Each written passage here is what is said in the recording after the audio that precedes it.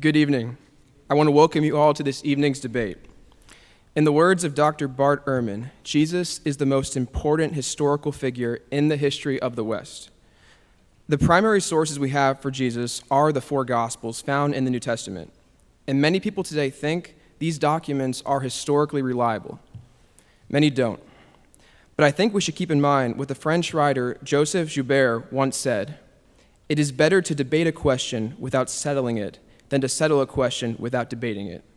And the question we ask this evening is, are the Gospels historically reliable? You as the audience have the pleasure of sitting back and witnessing this question being debated between two top historians who specialize on the topic at hand. I'm grateful you have chosen to come to this debate in your pursuit of truth, so thank you for coming. My name is Jonathan Mann. I'm the student president of Ratio Christi here at Kennesaw State University. Ratio Christi is a student organization that evaluates the truth claims of Christianity through examining the evidence. We host weekly meetings where we have guest lecturers or open discussions every week at 7:30 p.m. in the Social Sciences Building, room 3028, and everyone is welcome to attend and engage in the discussion. We are honored to co-host this debate with the KSU History Club. This is a student organization that provides students with the opportunity to attend history-related events such as visiting local museums, historical sites, and hosting group research projects.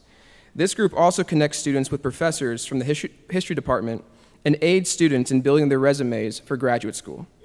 So I would like to thank the KSU History Club for all of their support in making this event happen. I would like to thank the Kennesaw State University College of Humanities and Social Sciences and the Student Activities Budget Advisory Committee for their generous support in making this event possible. I would also like to thank Ratio Christi at KSU Director Duke Hale, Faculty Advisor Dr. Victor Marshall, and the student officers for all of their efforts in making this event happen: Vice President Eric Matson, Secretary and Reservation Delegate Zach Bohannon, Treasurer Keaton Brumley, and the marketing officers Gracie Ernest and McLean Henry. Finally, I would like to thank this evening's moderator, Dr. Brian Swain, and the debaters for being willing to participate in this debate, Dr. Bart Ehrman and Dr. Michael Licona. Now I would like to introduce Dr. Brian Swain. Dr. Swain is a historian of the ancient Mediterranean world. Here at KSU, he teaches courses on the Greek, Roman, and medieval pasts, and on pre-modern history more broadly.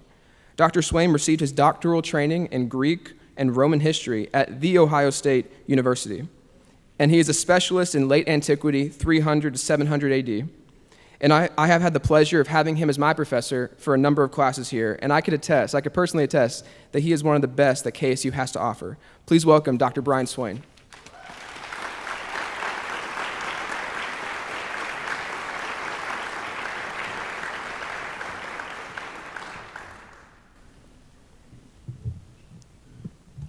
Good evening, friends, and welcome to Kennesaw State University and to tonight's exciting debate. I'm Brian Swain, professor of ancient Greek and Roman history here at Kennesaw State University, and I'm honored to have been asked to be tonight's moderator. I would like to thank the student organizations Ratio Christi and the KSU History Club for hosting this event, and special thanks to two students in particular, Jonathan Mann and Eric Matson, who have shown such savvy and determination in planning this event. Thank you very, very much indeed. I wish also to thank Dean Robin Dorff of the College of Humanities and Social Sciences, and thanks also to SABAC, the Student Activities Committee. I applaud SABAC for their support and encourage them to continue to support intellectually focused events like these. They are a service to our students, they are a service to our community, and as we'll see, they're just flat out fun and delightful. I would like to introduce the topic of this evening's debate by describing first what it's not about. This is not a debate about whether or not God exists. It is not about the divinity or salvific role of Jesus Christ. It is not even specifically about the truth of Christianity as a religion. Now, to be sure, tonight's program has implications for those questions, but tonight's topic is something more technical. You might even say wonkish. It is about how we responsibly read ancient texts. It is about the criteria for reliability. And I'll repeat that. The criteria for reliability that historians place on writings that were composed a long time ago. So how do we know when we can trust something that was written that long ago? Well, girls and boys, that's a tough thing to know. And to demonstrate how tough that is to know, indulge me for a moment while I present to you the following hypothetical scenario. Imagine our world 2,000 years from now. There have been a few more world wars, environmental catastrophes, societies have collapsed, and so did much of the records of those societies. But humans, the tenacious creatures that we are, we rebuild society, and eventually some people even become interested in reconstructing the history of the ancient United States. Now, one of these historians happens to discover a collection of 10, 20, 100, no, 500 different copies of the ancient text called the National Enquirer. Now, after painstaking and rigorous examination of these tomes of wisdom, our historian concludes, quote, "You know, this Elvis guy was not nearly as dead as everybody thought he was."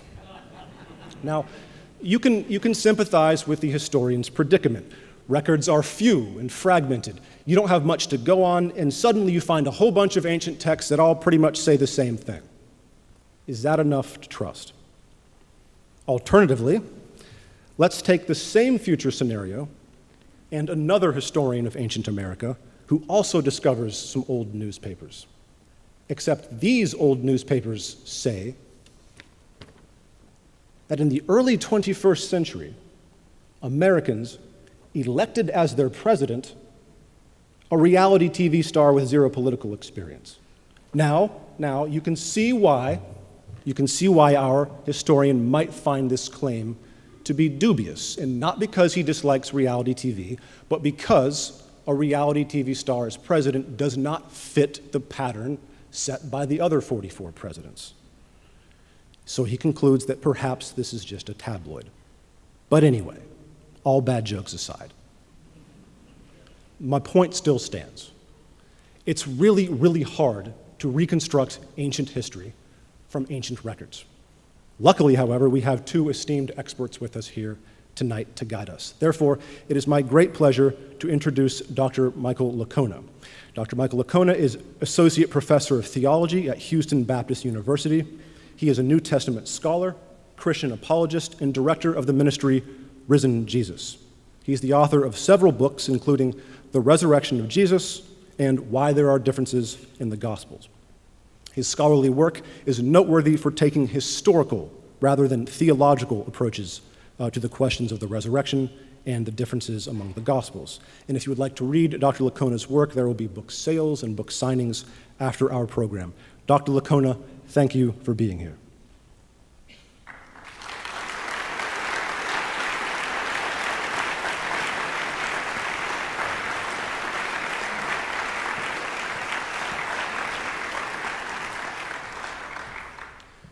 Dr. Bart Ehrman is James A. Gray Distinguished Professor of Religious Studies at the University of North Carolina, Chapel Hill. Dr. Ehrman's work focuses on, among other subjects, the text and transmission of the New Testament, the historical Jesus, and the history of early Christianity. He is the author or editor of over 30 books, 5 of which have been New York Times bestsellers, among them Misquoting Jesus and How Jesus Became God. In fact, Dr. Ehrman's latest book, The Triumph of Christianity, How a Forbidden Religion Swept the World, was released just about a week ago. So if you don't mind getting some wet ink on your fingers, it is available here tonight. Dr. Ehrman, welcome to Kennesaw State.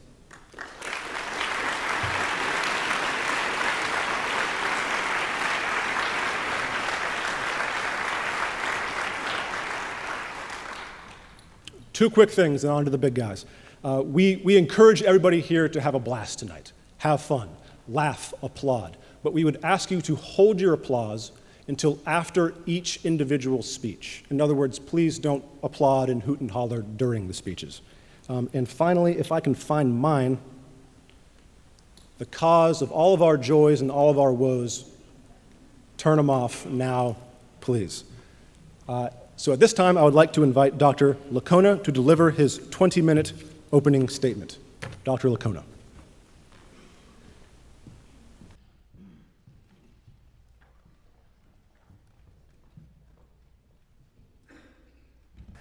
Well, good evening, and thank you, Kennesaw State History Club and Ratio Christi for both sponsoring and hosting this evening's debate, and thank you, Jonathan Mann, for inviting me to participate. It's good to see Bart again. Bart and I have some strong disagreements on a number of issues, and we've always had spirited debates. However, we actually get along quite well. I like Bart and certainly consider him to be a friend, even though he's wrong. Tonight's debate question is, are the Gospels historically reliable? Before we can get into this, we must first ask, what is it we mean and define by the term historically reliable? Now, many events in ancient literature cannot be verified due to a lack of data. Moreover, the meta-narrative, such as we find in the Gospels, is beyond the reach of historians. The meta-narrative is that God has sent his uniquely divine Son into the world to redeem it and has since returned to heaven, from where someday in the future he's going to come to judge the world. Now, of course, that meta-narrative is incapable of being confirmed by historians. We simply don't have the tools to verify it. Doesn't mean it's false, it just means as historians we can't verify it. So what do we mean when we ask if the Gospels are historically reliable? Well, to start, it means that the Gospels get things right. But there's more to it than that when speaking of ancient history writing, since the finest ancient historians, Greek, Roman, and Jewish alike, were committed to accurate reporting and to writing good literature for the reader's benefit. And that often meant reporting in a manner that was less concerned with precision than modern historians have. Think about it this way. How many of you are married? Quite a few of you. Well, you know, of course, what I mean then when I say there's the guy version of the story and the girl version. Now, I'm overgeneralizing here, but for the most part, women like details, and lots of them. They want to know what happened, where it happened, when it happened, why it happened, who was there, what they were saying, what they were wearing, what they were thinking, how they were feeling, and then they want to know how you feel about it. Now, guys are different. We like bullet points. Get to the bottom line. When we tell a story to someone who, we're relating that particular story, we may abbreviate the story, we may adapt it some and change some of the details a little. We're not trying to corrupt or pervert the truth. On the contrary, knowing what that other person is looking for, we're trying to communicate the truth with more clarity. Now, let me give you a couple of more examples. The first book written by my late friend Nabil Qureshi was a New York Times bestseller, Seeking Allah, Finding Jesus. It's an autobiography of Nabil's journey from Islam to Christianity. Bart may remember Nabil from a few years back when he was a student at Duke. Here's what Nabil wrote in the introduction to his biography. By its very nature, a narrative biography must take certain liberties with the story it shares. Please do not expect camera-like accuracy. This is not the intent of this book, and to meet such a standard, it would have to be a 22-year-long video, most of which would bore even my mother to tears. The words I have in quotations are rough approximations. A few of the conversations represent multiple meetings condensed into one. In some instances, stories are displaced in the timeline to fit the topical categorization. In other instances, people who were present in the conversation were left out of the narrative for the sake of clarity.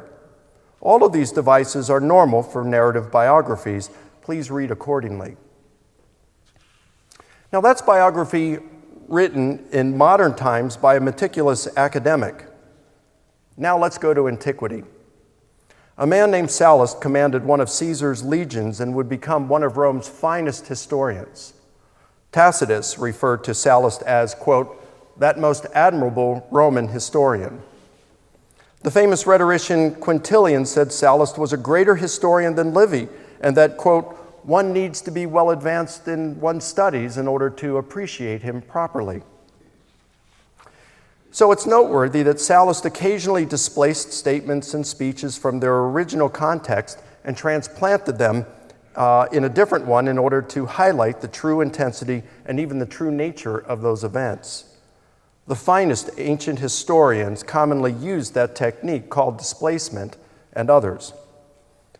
Now, in my view, that does not undermine the overall reliability of the literature, as long as we have the understanding that what we are reading was intended to communicate an accurate gist, or an essentially faithful representation of what occurred.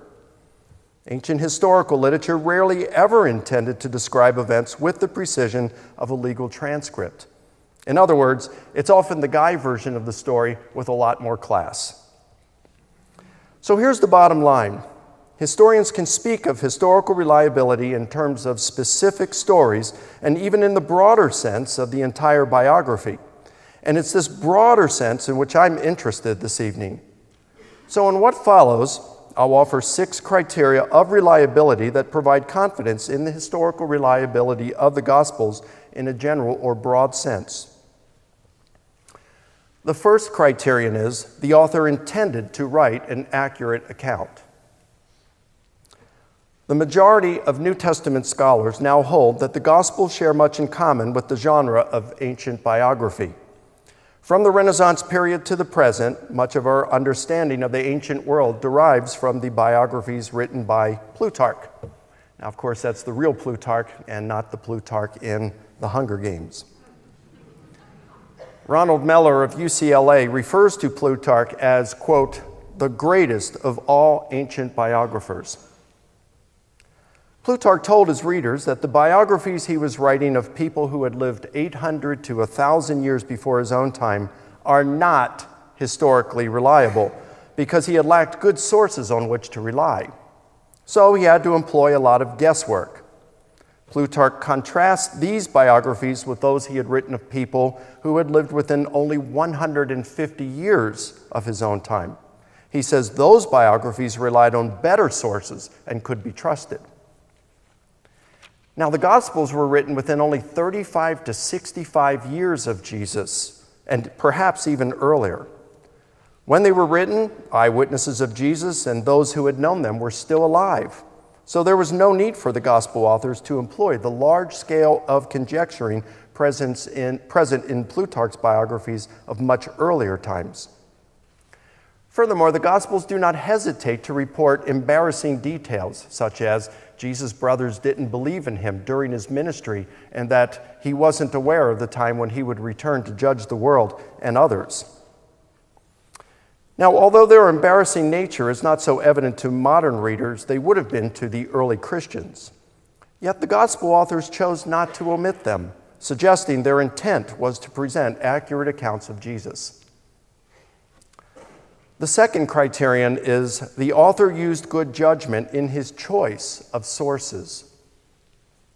At least half of today's critical New Testament scholars agree with the early church tradition that Mark's primary source was Peter, one of Jesus' closest disciples.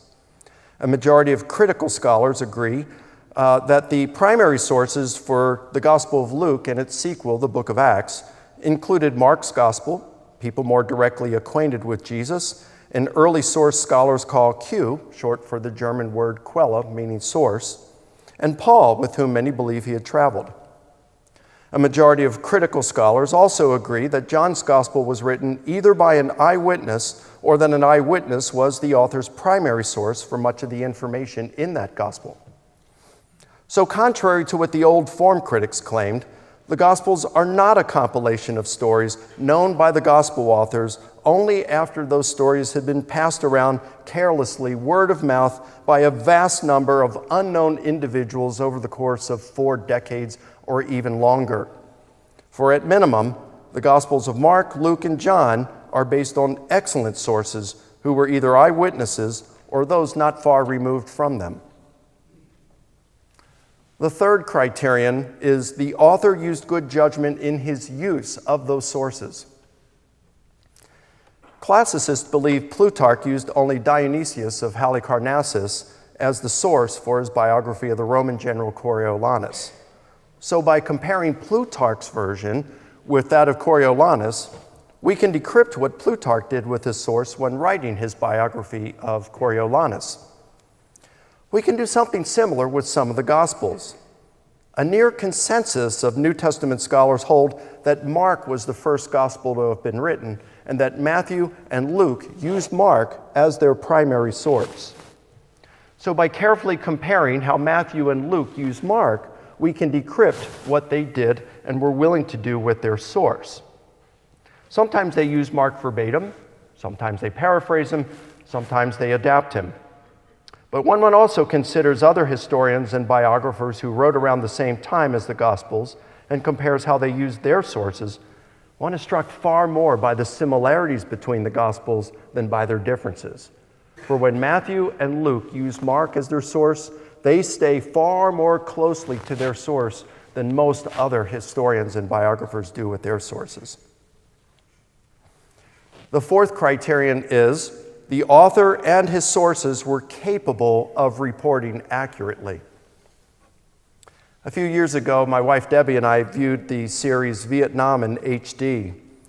Those of you who saw the movie We Were Soldiers, starring Mel Gibson and Sam Elliott, will recall there was a combat reporter named Joe Galloway who was with Lieutenant Colonel Hal Moore and his soldiers during the 3-day Battle of Yadrang River Valley in November 1965. In the first episode of Vietnam in HD, the real Galloway teared up in an interview while talking about his experience during those days of battle, obviously still impacted by them even after 35 years. Then there was a 60-second clip of Galloway I thought quite profound. Here's what he said. "I left that landing zone X-ray battlefield knowing that young Americans had laid down their lives so that I might live. They had sacrificed themselves for me and their buddies. What I was learning was that there's some events that are so overwhelming that you can't simply be a witness. You can't be above it. You can't be neutral. You can't be untouched by it. Simple as that. You see it, you live it, you experience it, and it will be with you all of your days." Now ask yourself, if Jesus actually performed the events that are reported in the Gospels and you had been there, you saw him give sight to the blind, you saw him give hearing to a deaf person, you saw him take a paralyzed man, heal him so that he could walk again. You saw Jesus walk on water and raise the dead. And then you saw him crucified. And then shortly after, you saw him alive and in perfect health. Do you think that if you had experienced, had witnessed that would have left an impact on you that was as deep and lasting as those 3 days of battle had on Joe Galloway? Well, that's Jesus' deeds. What about his teachings? Now, unlike modern pastors who have to prepare a new sermon every week, Jesus was an itinerant preacher. And so he was traveling and speaking to new audiences all the time. So perhaps he had a dozen or so sermons. And he preached these same sermons over and over and over and over and over and over and over and over and over and over and over and over and over and over and over and over and over and over. And then he told his disciples who had heard him preach this, he said, "Now I want you guys to go out and preach the same things. And I send you out by twos." They could go out, they could correct one another. And so they went out and they taught the same things they had heard countless times. They taught it over and over and over and over and over and over and over and over and over and over and over and over and over. And then they returned and Jesus debriefed them. And then he showed them how to adapt some of those teachings. Hey, when you're speaking to a Gentile audience, you can tweak this parable a little bit from what you do with the Jewish audience, and so forth. And so he illustrated this, and he showed them again the same teachings over and over and over and over and over and over and over and over. And then, of course, he's crucified, rises from the dead, commissions his disciples to go out and make disciples of all nations, and now, for the next several decades, they preach the same things over and over, and you get the idea, right? Perhaps thousands of times. So Jesus' messages, his teachings, weren't something that he spoke of just once, and then his disciples had to recall decades later. And like any good teacher, Jesus taught in a way, he formulated these to make them memorable. So he taught in parables. He used rhetoric such as hyperbolic language to shock his listeners. Unless you hate all your family members, you can't be my disciple. If your right eye makes you sin, rip it out and throw it from you. We don't forget these things. Parable of the prodigal son, who forgets that, right? So the essence of Jesus' deeds and teachings could quite easily have been recalled accurately even decades later. The fifth criterion is we can verify numerous items reported. Many items in the Gospels reflect existing knowledge pertaining to the historical setting in which the Gospels are situated. Richard Bauckham has shown that when ancient documents and inscriptions are considered, the names mentioned in the Gospels and the book of Acts are not only common names of Palestinian Jews of that period and not those of Jews elsewhere, they also appear with roughly the same frequency in the Gospels and the book of Acts that we find in extra-biblical sources. At the very minimum, this suggests all of the Gospel authors, or the sources from which they drew, were acquainted with Palestine around the time of Jesus. We also know that places mentioned in the Gospels actually existed. For example, Capernaum, Nazareth, Bethlehem, Bethsaida, Jerusalem, the Mount of Olives. We know that several of the people mentioned in the Gospels actually existed during the period in which they're situated. Caesar Augustus, Tiberius Caesar, Quirinius, the Herods, Pontius Pilate, Caiaphas, Jesus, John the Baptist, James, the brother of Jesus. A number of items about Jesus reported in the Gospels are corroborated by non-Christian, unsympathetic sources, such as Josephus, Tacitus, Lucian, and Bar Serapion. Most historians of Jesus employ a number of the criteria of authenticity. Is the item reported by an early source, by an eyewitness, by an unsympathetic source, by multiple independent sources? When these criteria and others are employed in reference to traditions about Jesus in the Gospels, there are numerous items about Jesus that nearly all scholars regard as being virtually certain. And finally, number 6, no more than a very small percentage of items reported by an ancient author are known to be false. When we bracket theological claims in the Gospels, since they are outside the reach of historians, there are only a few historical items in the Gospels that are reasonably good candidates for being incorrect. For example, Luke's report of Augustus' census when Quirinius was governor of Syria, the different genealogies in Matthew and Luke, and the chronologies in their infancy narratives. 3 instances where the name of a person in the Old Testament is stated differently in the Gospels. A few occasions where Mark may be geographically confused. References to Christians being banished from the synagogue at a premature date in John. A few minor chronological items in the Passion narratives in Mark and John, and the manner in which Judas died in Matthew and the book of Acts. Now, reasonable alternatives to error have been posited for many of these. However, even if we were to judge that every last one of them are outright errors, they are minor matters and make up only a very, very small percentage of the content in our 4 Gospels. Okay, I'll summarize and conclude. I'm proposing that we must think of historical reliability in view of the literary conventions in play at the time of writing. To say that a particular historical work in antiquity is historically reliable does not require reports to have accuracy with the precision of a legal transcript, or that it be free of all error or any embellishment. Historically reliable means, at the very minimum, the account provides an accurate gist, or an essentially faithful representation of what occurred. Think of Nabil's book and the Guy version of a story. We've seen that we have good arguments, or good grounds for believing the Gospels are historically reliable in this sense, because they meet this minimum standard. In fact, I think they go well beyond the minimum.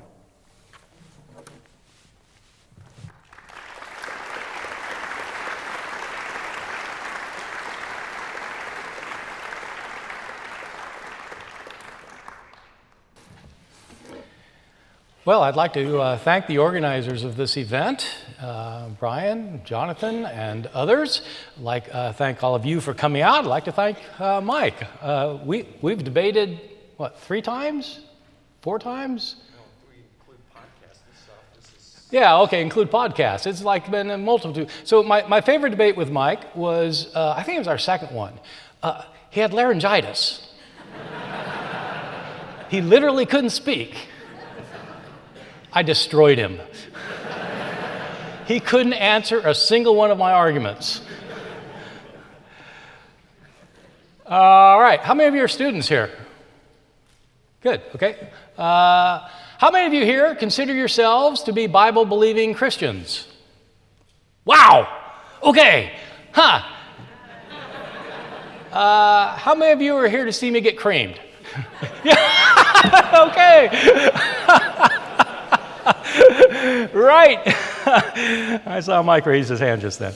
So, okay, well, look, it's a pleasure to be with you, and this is a really important topic. I've thought this was an important topic since I was 15 years old. So that's 47 years I've thought about this topic. When I started out thinking seriously about the Bible, I was a Bible-believing Christian. I was a conservative evangelical. I was firmly committed to the idea that the Bible has no mistakes of any kind whatsoever. But I got to a point in my thinking where I thought, if the Bible has no mistakes, there won't be mistakes. Are there mistakes? I opened my mind to just exploring it, not because I thought there were mistakes, but because I thought, well, if there aren't mistakes, I won't find mistakes. And I started looking. This was a process that took several years before I finally could bring myself to admit that I found something that I thought was a mistake. And then I started finding more and more and more. It ended up seriously affecting my faith. But I'm really glad that I did it, because I think it's more important to believe what is true than to believe what you've been taught or what you've heard or what you want to believe. It's more important to follow the truth. In this debate, we're not really debating whether the Gospels of the New Testament were reliable by ancient standards. We're not asking how they compare to ancient historians, how they stack up against Plutarch or against Livy or against other authors from the ancient world. We're debating, are the Gospels historically reliable? I'm taking that question to mean something pretty basic. Do the Gospels describe what actually happened in the past accurately? If you read a book today, if you read a biography, you read a history, suppose you read a study of Abraham Lincoln or Marco Polo or Julius Caesar, and you ask yourself, is it accurate? What you mean is, you're not asking, is it accurate in comparison, like is it about as badly accurate as some other book written at the same time? You're asking, is it accurate? Does it describe the things that this person said and did, or are there mistakes in it? You're asking, with respect to the Gospels, do they actually describe what Jesus said and did? On this topic, there are some points on which Mike and I are certainly going to agree. We agree that the Gospel writers were first century authors who were writing according to the conventions and style of their day, and that they had limitations that were imposed upon them by their day. We agree on that. We agree that there's some material in the Gospels that is certainly historically reliable. There really was a Jesus. He was probably baptized by John the Baptist. He had 12 followers. He taught about the coming kingdom of God. He told parables. He had a trip to Jerusalem. He was arrested and put on trial and executed. In broad terms, very, very broad terms, I agree that the Gospels are giving us some reliable information. But I don't think that the Gospels are accurate in many of the things that they say that Jesus taught and did. And I'm going to try and demonstrate it to you. I don't have much time. I've got basically 15 minutes to try to do this, and it takes years, really, to see it. But I want you at least to listen to the evidence that I cite and think about it. I'm going to take 3 periods of Jesus' life, the very beginning, the accounts of his birth, something about his ministry, and then the accounts of his death and resurrection. So we start with his birth. The birth of Jesus is narrated in two of our Gospels, Matthew and Luke. Nothing about his birth in the Gospel of Mark or in the Gospel of John. I'm going to focus first on the Gospel of Luke. Luke knows that Jesus was raised in the town of Nazareth, which is up in Galilee, the northern part of Israel, but he thinks that Jesus got born in Bethlehem, which of course is what most people think because they've read the Gospel of Luke. Jesus gets born in Bethlehem. The question is, if his parents were from Nazareth, how did he get born in Bethlehem? Well, Luke tells us how. This is found in the Gospel of Luke, chapter 2, verse 1. You can read this for yourself. In those days, the decree went out from Caesar Augustus that all the world should be enrolled. Okay, well, nobody thinks that the entire world is being enrolled for a census. People off in China were not subservient to Caesar Augustus, so let's just say the Roman Empire. Everybody has to enroll for the census. What's that got to do with Jesus being born in Bethlehem? Well, his parents, Joseph and Mary, Joseph's not really his parent, but Joseph is from the lineage of King David, we're told. He's from the house and lineage of David. And David came from Bethlehem. And to register for the census, everybody has to go to their home of their ancestry. And since he's from David's family, David was from Bethlehem, he's got to go to Bethlehem. So they go to Bethlehem. And while they're there, Mary goes into labor and she gives birth in Bethlehem. We're told this happened when Quirinius was the governor of Syria. This is a hugely problematic passage, as Mike knows very well. What does it mean that Joseph went to the home of David? David was the king of Israel who lived 1,000 years before Joseph. Do you mean everybody in the Roman Empire is returning to their ancestral home from 1,000 years earlier to register for a census? Whoa, how's that supposed to work? Suppose that the Democrats win this next election and they impose more taxes on us, which is likely, and when they do that, we have to register for a tax by going to our ancestral home. You have to go to the ancestral home where your ancestor came from 1,000 years ago. Where are you going to go?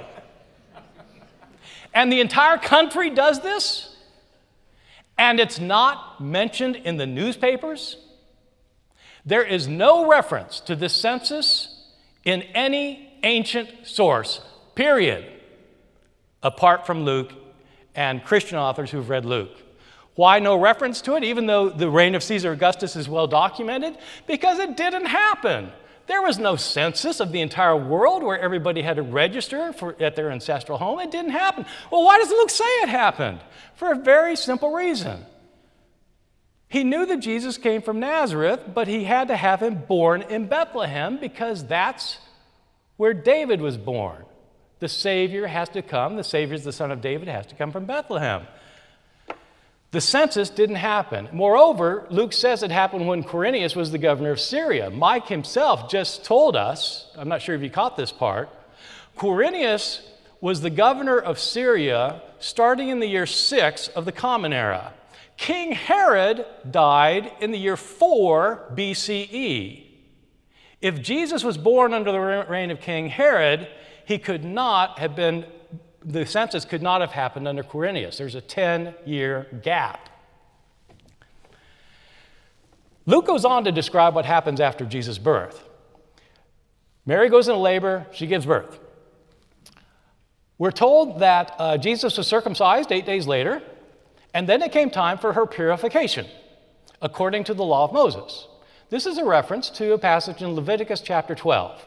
In Leviticus chapter 12, we're told that 32 days after a woman gives birth, she's supposed to perform a sacrifice for ritual purity. And so she performs the sacrifice, 2 turtle doves in the temple, and then we're told they went back to Nazareth. Okay, so they're just in town for a month. That's fine.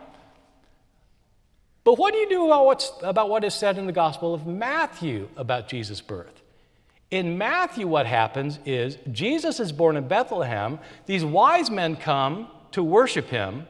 King Herod finds out that the king of the Jews has been born in Bethlehem, and he sends out the troops in order to kill the child.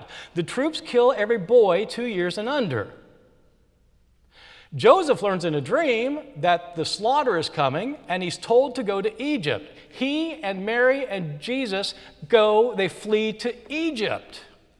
And they stay there until King Herod dies, and then they come back and relocate to Nazareth. If Matthew's right that they fled to Egypt, how can Luke be right that they went back to Nazareth a month later? The chronology doesn't work.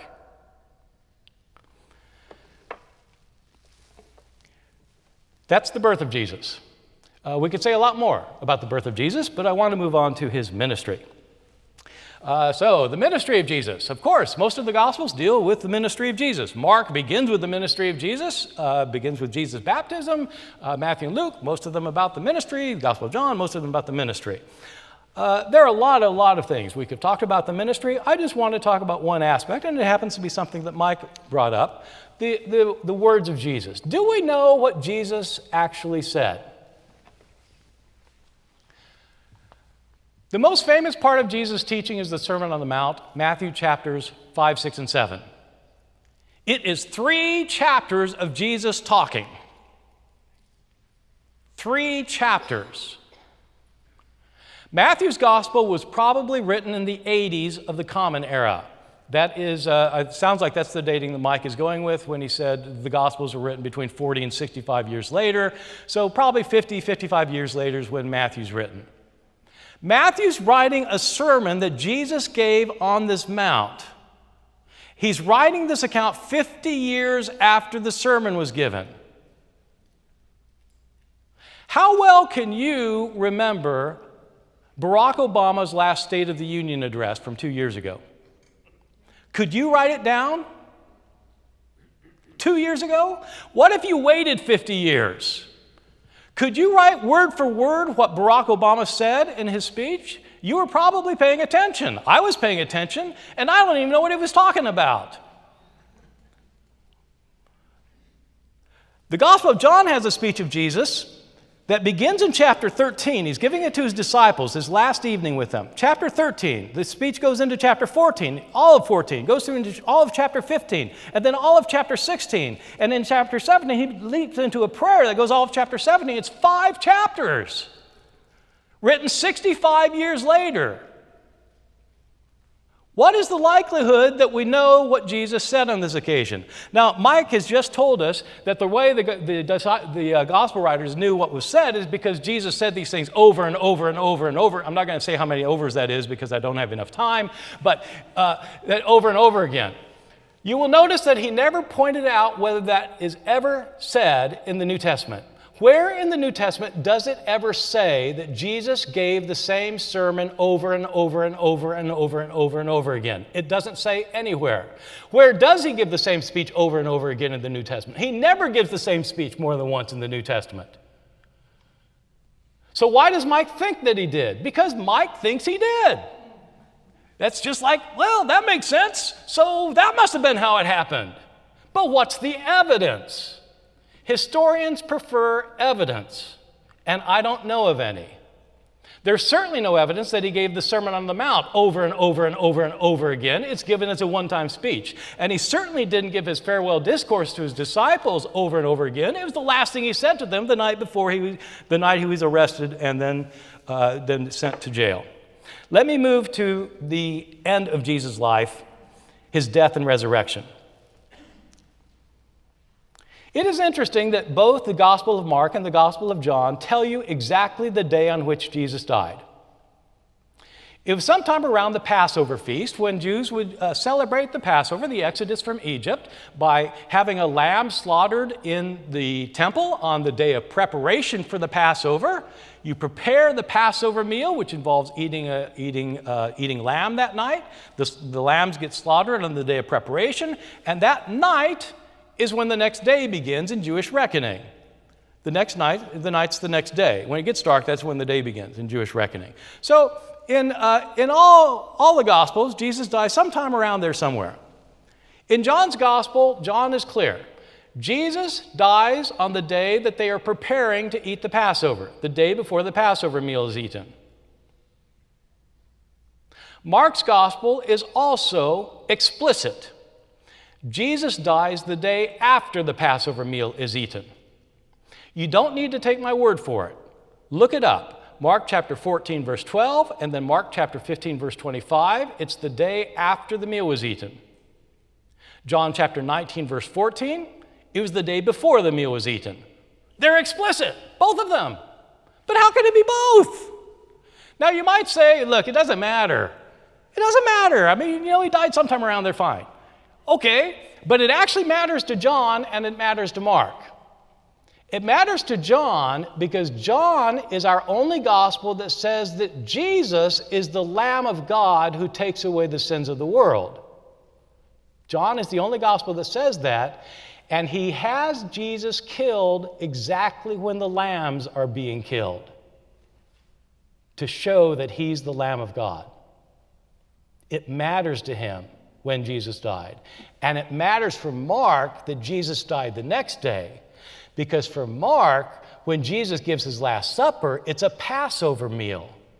So that the Christian, the Lord's Supper, is a replacement of the Passover meal.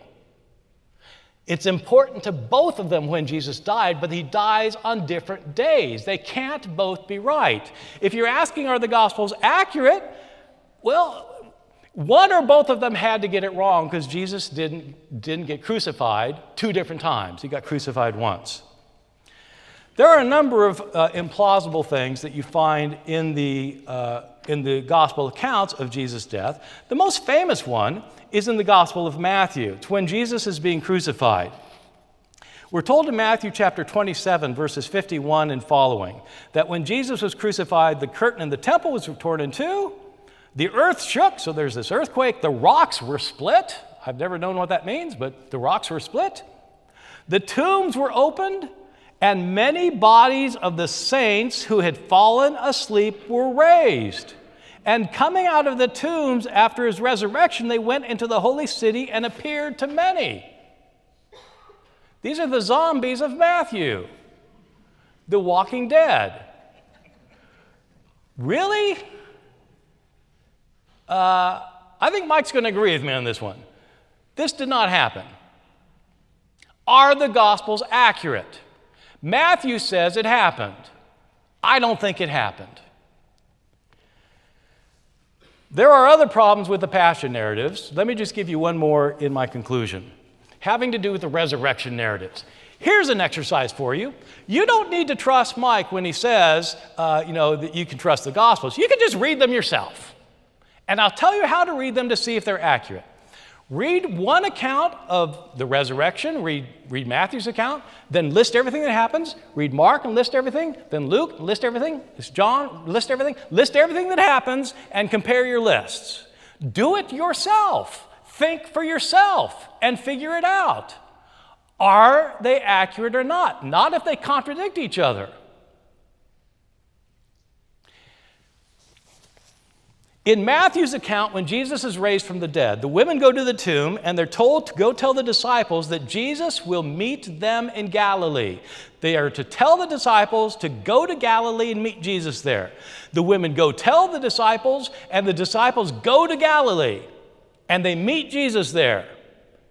And that's where Jesus gives his final instructions, and the gospel ends. In the Gospel of Luke, the women are not told to tell the disciples to go to Galilee. They're told to tell the disciples what Jesus told them when he was in Galilee, that he'd be raised. And Jesus then appears to the disciples and he tells them, do not leave the city Jerusalem. And they don't leave the city of Jerusalem. They see Jesus in Jerusalem, and he says, stay there until the power comes upon you from on high. In other words, when the Holy Spirit comes upon them. That's what's going to happen on the day of Pentecost 50 days later. And they don't leave the city. They're still in Jerusalem, in Judea, until the day of Pentecost 50 days later, after Jesus has ascended to heaven. Well, if Luke is right that they stayed in Jerusalem, how can Matthew be right that they went to Galilee? They can't both be right. The Gospels can be shown to have contradictions and discrepancies and historical errors and mistakes. They do have.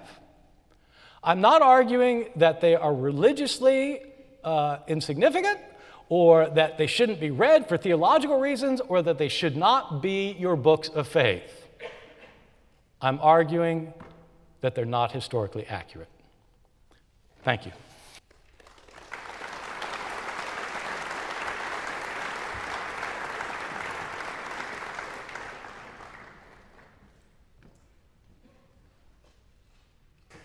Well, thank you, Bart. In my opening statement, I contended that we must assess historical literature in view of the literary conventions in play at the time of writing. In relation to ancient historical literature, I defined historically reliable as providing an accurate gist or an essentially faithful representation of what occurred. I then offered 6 criteria by which we may assess ancient historical literature and contended the Gospels meet all 6. Therefore, the Gospels are historically reliable. I'd like now to review those 6 criteria in light of Bart's comments. The first criterion is the author intended to write an accurate account. And here I contended that the Gospels were written so close to the events that large-scale conjecturing by their authors was not required. Moreover, the Gospel authors chose not to omit embarrassing details which suggest that they intended to write accurate accounts. Now, Bart responded that, well, we're really not talking about accuracy or reliability by ancient standards, we're talking by modern standards. Well, no, I'm talking about ancient standards, and here's why. Let's say 200 years from now, our standards for writing history change. As one of my students said today in a class, he said, what if, in the future, 200 years from now, we've got software, video that can assess what a person is, their facial expressions, and can tell what they're actually feeling and thinking at that time, stuff, of course, that we don't have today. Well, they might look and say, well, those people back in the early 21st century, they didn't write anything that was historically reliable. Well, of course, the standards 200 years from now may be different than they are right now. But we would expect them to extend some charity to us because we were operating by our present standards. Our objectives are a little bit different. And in the same way, I think the ancients would appreciate if we extended some charity to them as well. In fact, modern biography, as we know it today, is only about 200 years old. Moreover, let me try to give you a little word picture of the different kinds of objectives and how they work. Modern English translations, we've got plenty of them, English translations of the Bible, but they can be summarized in a number of different categories. Like, for example, we have literal translations like the New American Standard Bible that would, as best as possible, they try to translate the Greek and Hebrew text into the English as close as possible, literally, as what the Greek and English texts say. Then there are dynamic translations like the New International Version that are willing to sacrifice some degree of precision in order for clarity and for readability. And then, of course, there are paraphrases, which there's no attempt whatsoever to get precision in terms of what the word-for-word text said. Instead, the priority is readability and bringing out the gist, the essential faithful representation of what the Greek and Hebrew texts say behind them. Now, those are different objectives in those translations, and it would be wrong for us to say that a paraphrase or the NIV is unreliable because it doesn't meet those standards for a literal translation when that is not the objective behind it. The ancients were trying to give us an accurate literary portrait of what that individual was. And sometimes they had to squeeze a lifetime, like remember what Nabil said, all these years down into something that could be read in a scroll in a 3-hour period. So it's not going to be accurate in a precise sense, but the best ancient historians did it in a way where it was accurate in terms of the portrait. Now, the second criterion is the author used good judgment in his choice of sources. And here I argued that at least half to the majority of critical scholars think Mark, Luke, and John were authored either by an eyewitness or by someone not far removed from the eyewitnesses. That went unchallenged. The third criterion is the author used good judgment in his use of those sources, and I contended that Matthew and Luke stick closely to Mark, more closely than virtually all other biographers of that period stick with their sources. That went unchallenged. The fourth criterion is that the authors and their sources were capable of reporting accurate history. And here I contended that the miraculous nature of Jesus' deeds and both the repetition and rhetoric of his teachings made it quite easy to recall them accurately decades later. Now, Bart did respond here. He brought up the Sermon on the Mount and Jesus' speech, high priestly prayer and speech in the Gospel of John. And he said, well, think about Barack Obama's presidential address. Do you remember that? Well, no. I only heard it once, and it was years ago. But again, that's different than Jesus' disciples who would have heard Jesus teach the same things over and over and over, and then they taught it over and over and over, and then Jesus went, and you know how it all goes.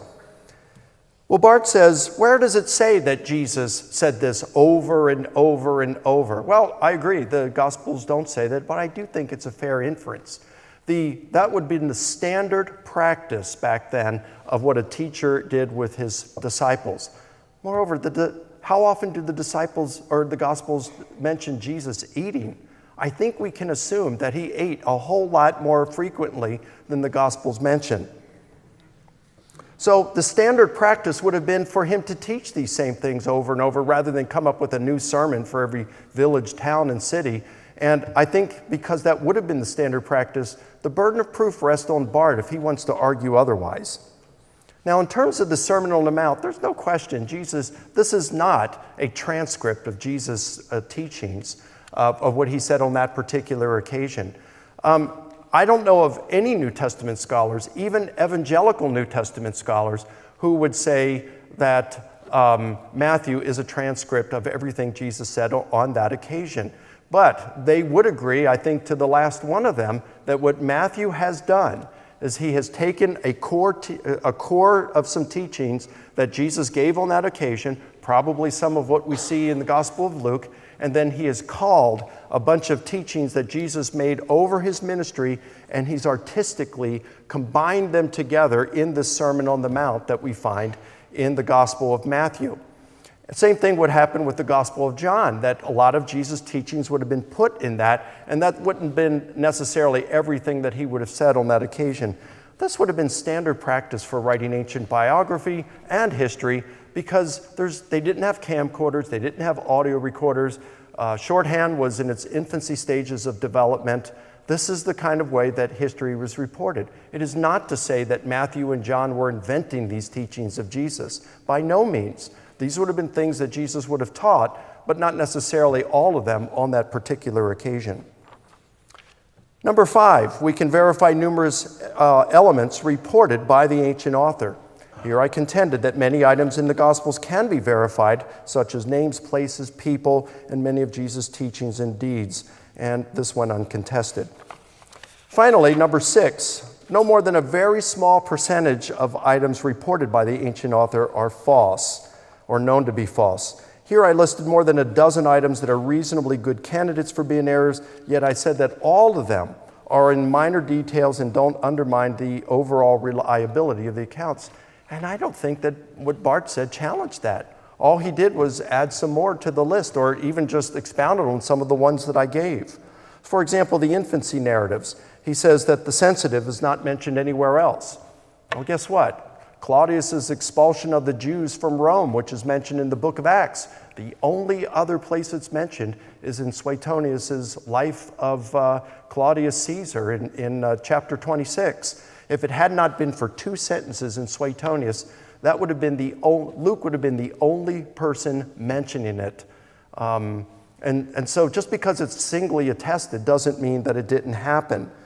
In terms of Quirinius, I admit, this is problematic.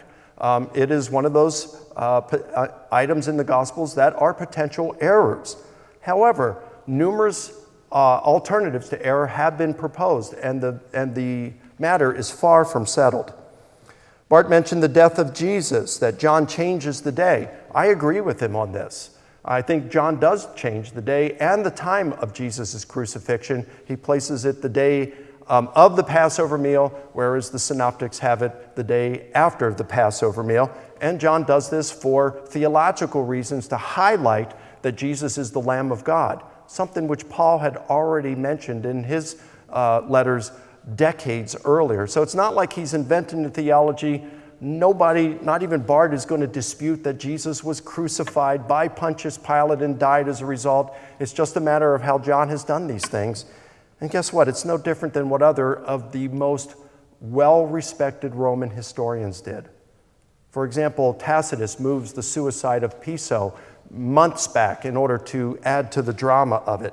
And Tacitus is considered to be the most accurate and greatest of the Roman historians. Sallust, another one of the most respected historians, talks about he takes the speech of Catiline and moves it back months in one case and moves it forward in another, a different one forward in another case in order to highlight the intensity and the nature of what was going on. But the speech actually happened, he just puts it at a different time. This is something, again, that would have been allowable in ancient history and biography. Bart mentions the saints raised at Jesus' death. I agree with him here. I think if we had a video camera and we're back there, I don't think we would have witnessed it. But as I've written and have in print elsewhere, I think that based on the Jewish literature and the Greco-Roman literature in the period, that Matthew is doing no differently than the Jewish and Greco-Roman authors here, and he's just basically using special effects, a literary device to highlight the importance of the death that had taken place. Jesus, the Son of God, had died. Now, to say that Matthew is just, this is a false story in there, I think is a miscategorization.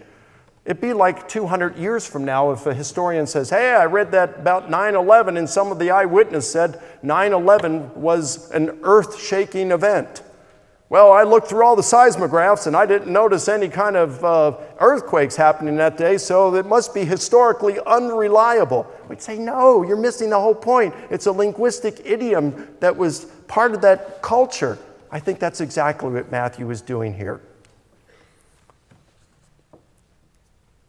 All right, so I got to wrap up. More on contradictions. Look, I've written a book on it. It was published last year by Oxford University Press. I spent 8 years looking at ancient literature, compositional devices. I wrote a book trying to answer the question, why are there differences in the Gospels? The title of the book is, Why Are There Differences in the Gospels? One final thing is, if Bart thinks that something is historically unreliable because it contradicts itself, I'd say he needs to look out because he contradicts himself. In a debate, one of our debates, when I cited a number of scholars, he replied and he said, you can't just cite scholars because scholars aren't evidence, they're just opinions.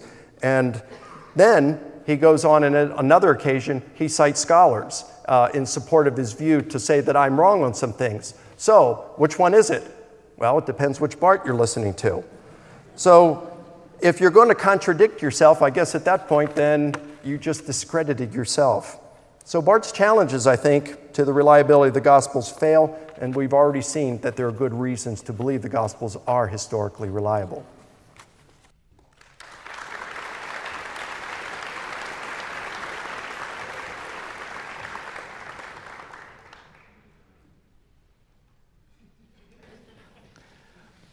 Okay, thank you. Yeah, so it's a little bit unusual for me to be debating somebody who's agreeing with me. And I don't know if you all were picking up on this, but Mike is agreeing that the Gospels are not accurate by modern standards. He's agreeing that, that there are contradictions in the Bible, in the Gospels. He's agreeing that there are errors in the Gospels. He concedes the point. Now, he thinks that they're generally reliable and that the gist is reliable. We can debate about that, but I want you to understand what he's arguing. He agrees that there are mistakes in the Gospels. He thinks that they're minor ones. He picks 12 of them, and maybe 12 is a small number. My question at the end of this is going to be, if we know that the Gospels are wrong in some small things, how do we know that they're not wrong in big things? Well, it's an interesting question. It's true. These were people who were writing following ancient standards of historiography. They were following ancient standards. What else could they do? They were ancients.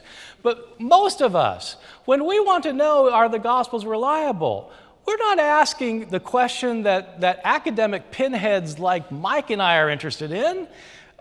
We academic pinheads are interested in things like, how does Luke stack up against Plutarch?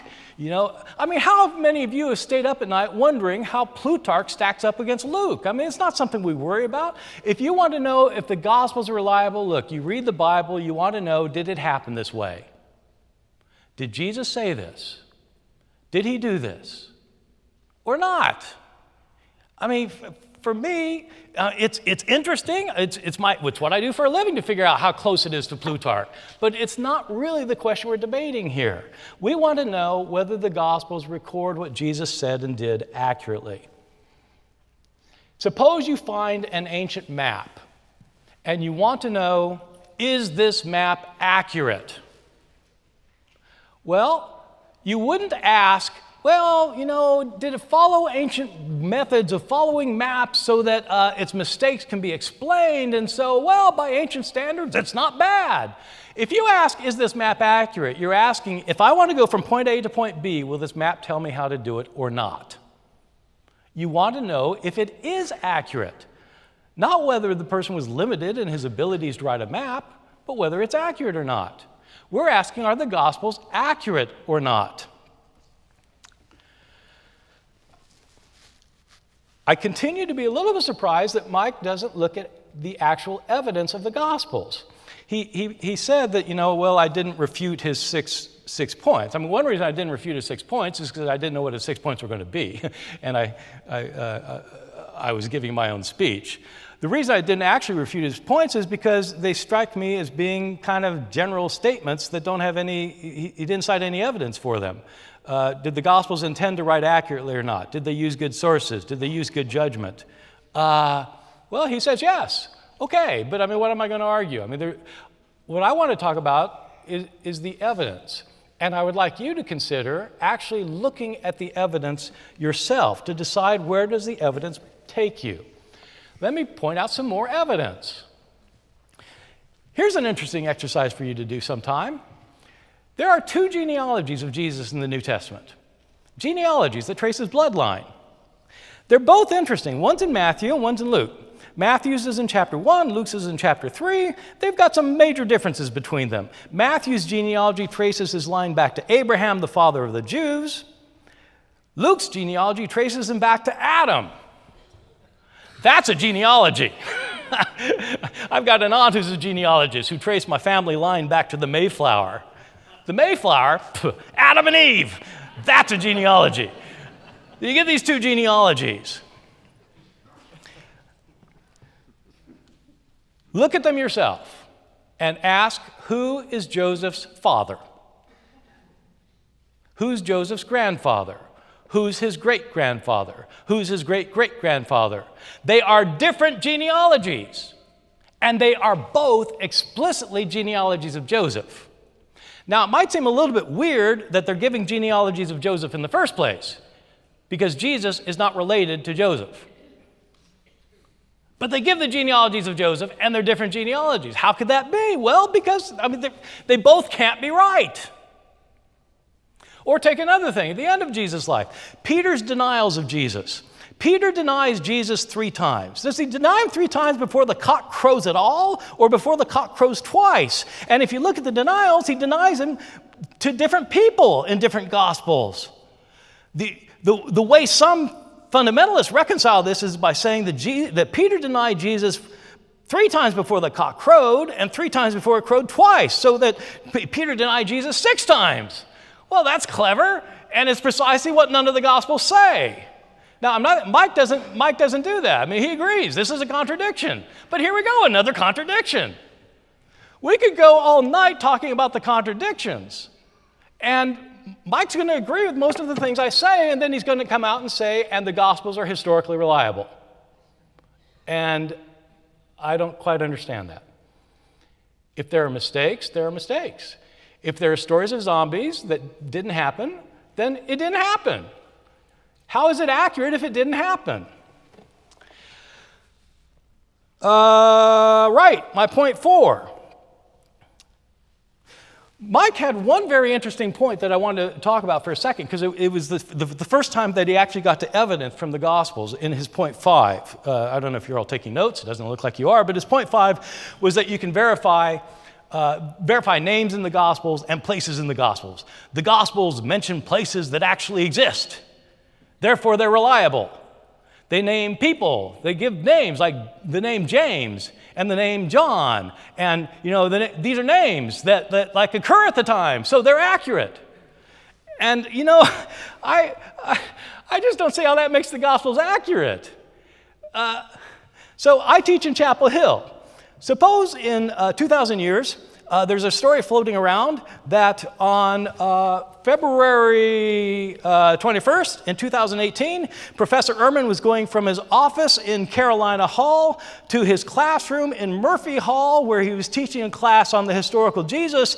And before he got to that building, it was blown up by a bomb placed by some student who didn't want to take his midterm or something like that. All right. So in 2,000 years, an archaeologist comes around and he digs up. There is a place like Chapel Hill. Chapel Hill, it's a place. And they find the records, and there is a Professor Ehrman who was teaching there. It's accurate. And he was in Carolina Hall. That's where he taught. They find the records that, yes, he taught a class in Murphy Hall that day. That story is historically accurate because the names and the places fit. No, it's not accurate. There was no bomb that went off this morning to blow up the building because of a disgruntled student. The story isn't accurate. And so what good does it do to tell you that, yes, there really was a place named Nazareth? There really was a place named Bethlehem. Yes, Joseph is a common name. Mary is a common name. Well, that's nice, but it doesn't tell you if the stories are accurate. To know if the stories are accurate, you have to look at them. You have to engage in a study of them to see whether they're accurate. If you have two stories that tell the same story and they're at odds with each other, they both obviously can't be right. Mike mentioned the book that he wrote, and I read it this weekend. So congratulations. Oxford University Press. It's a significant study of Plutarch and the Gospels. Plutarch was one of the most highly educated men of his era. He was one of the very upper crust literary elite. The Gospel writers, frankly, were not. They were not on his level. But they did write biographies, and he wrote biographies. And Mike tells us that in Plutarch's biographies, this is the best biographer of his day, as he just told us, I'm quoting him, Mike, there are factual errors. He has a faulty memory. He bends the facts. He has no commitment to present the facts with legal precision. He takes liberties with his sources. He mixes history and conjecture. He sacrifices historical truth. That's the best biographer. And the Gospels are not on his level. How can we possibly say that they're historically accurate?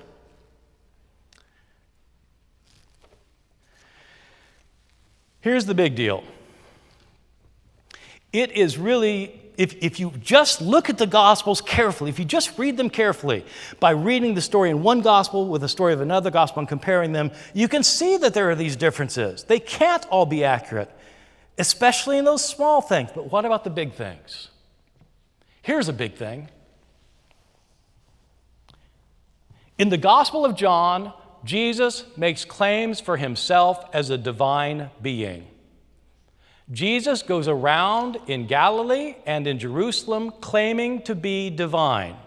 He claims that he is equal with God. I and the Father are one.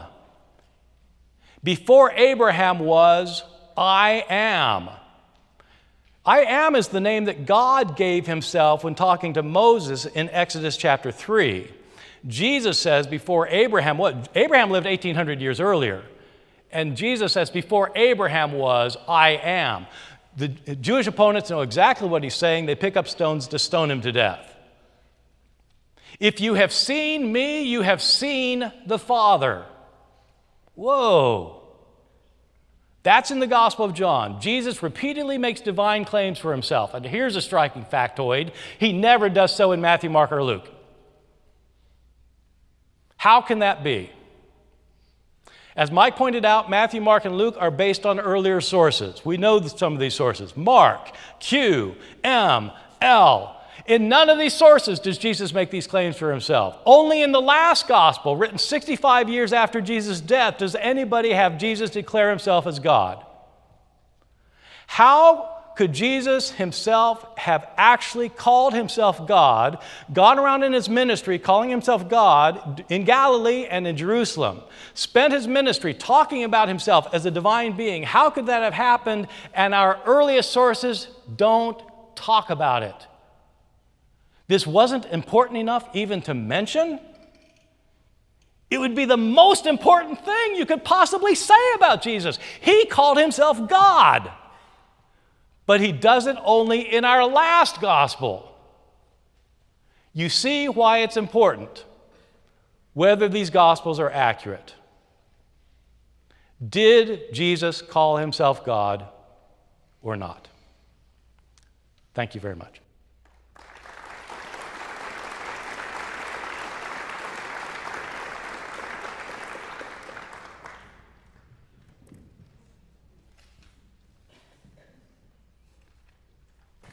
Well, thanks again, Bart.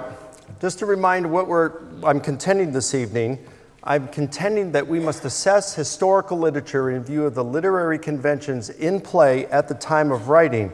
And in relation to ancient historical literature, I defined historically reliable as preserving an accurate gist or an essentially faithful representation of what occurred.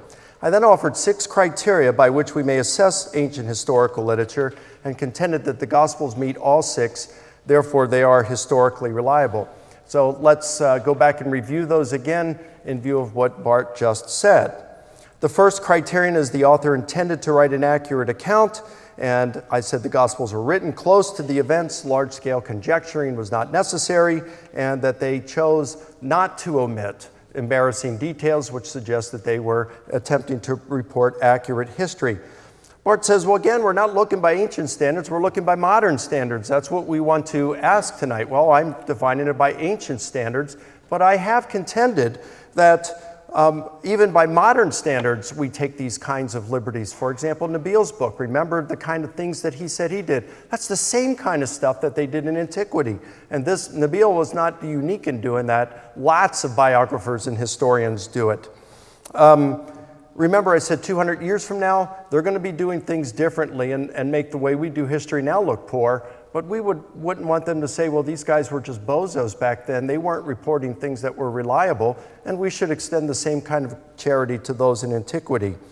Now, Bart says that Plutarch was the best biographer. He was highly educated. He was the best biographer, and he would bend truth. Yes, he would, in order to make points. Now, he had a lot more factual errors in those older biographies, like of Romulus and Theseus, because these guys lived 800 to 1,000 years before his own time.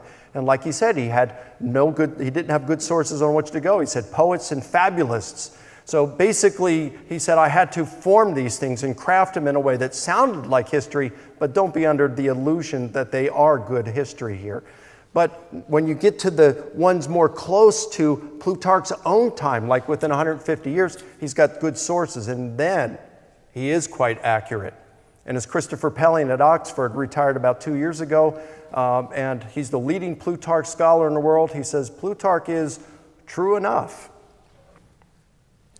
So by comparing Matthew and Luke with Mark, I think what's good, you compare Matthew and Luke with how they use Mark, and we see that they stick closer to their sources than Plutarch does to his. Now, actually, by good literary standards in that day, Plutarch was a better writer than the gospel authors. It's precisely because they didn't take the kind of liberties that Plutarch took, that Tacitus took, that Sallust took, that Suetonius took at times, that they are reporting more accurately as the way we would want it today, especially Mark and Luke. Matthew is Mark and Luke are like our literal translations. Matthew is our NIV, and John is a really good paraphrase.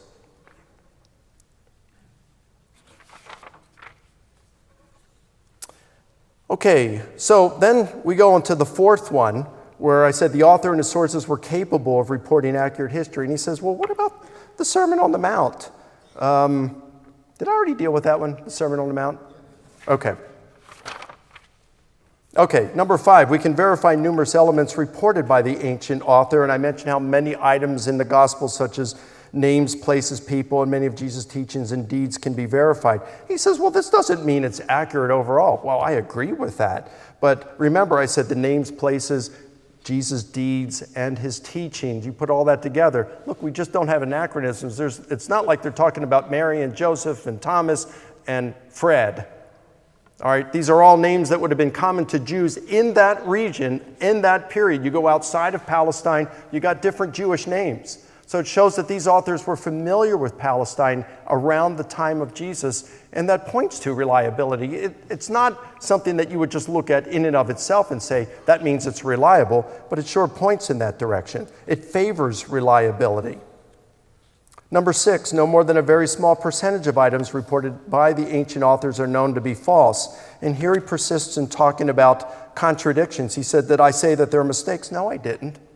What I did say, and because I've got it, I was quoting from my opening statement, so I know I didn't say it.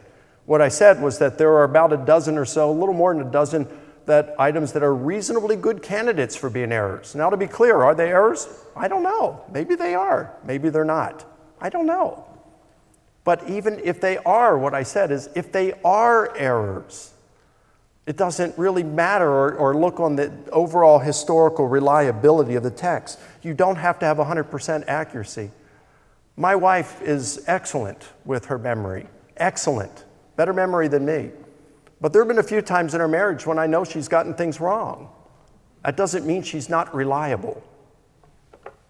I'd also say on Facebook, some of us, probably most of us, are guilty at times of forwarding something that ended up being fake news. Now, if it's something that it's done on a regular basis, I'd say that person's unreliable. But once in a while you could do it. It doesn't mean a person is not reliable. He says, well, what about the genealogies in Matthew and Luke? Well, that these are conflicting. Well, number one, the authors are selective. Even some of the top evangelical Old Testament scholars out there will say that the genealogies are selective. They're only choosing certain generations that they want to put down. Moreover, Matthew is incorporating a rhetorical device called gematria, in which you assign numerical value to certain letters, like A is 1, B is 2, C is 3, etc. And when you look at the word David, it has the numerical value of 14. Well, what does Matthew do in his genealogy? Very, very clear. He divides it into 3 sets of 14. And even in the third set, he even cheats by reusing the 14th one in the second set, Jeconiah, just so he can get his 3 sets of 14. So it's really clear that what he's doing here is an artistic device of gematria. He's basically saying Jesus is the son of David. He's the son of David. He's the son of David. He's the Messiah. He's painting a literary portrait of Jesus. It doesn't mean the genealogy is just completely invented. It means that he is crafting it in such a way that would artistically illustrate the point that he's trying to make. And I have no problem with that. He said, well, Peter denies Jesus. Did the cock crow once or twice? And who questioned him? Hey, these are discrepancies in the Gospels, no question about it. Plausible alternatives or solutions have been looked at this. I think the toughest one was the second person who was interviewing Peter there and saying, hey, you are one of him.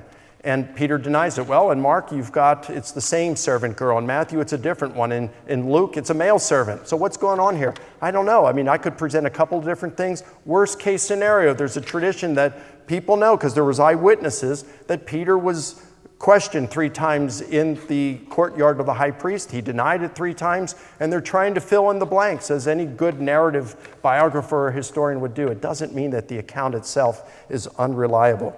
So I still stick to my contention. I think we have good reasons to believe that the Gospels are historically reliable, and I don't find Bart's arguments to the contrary persuasive.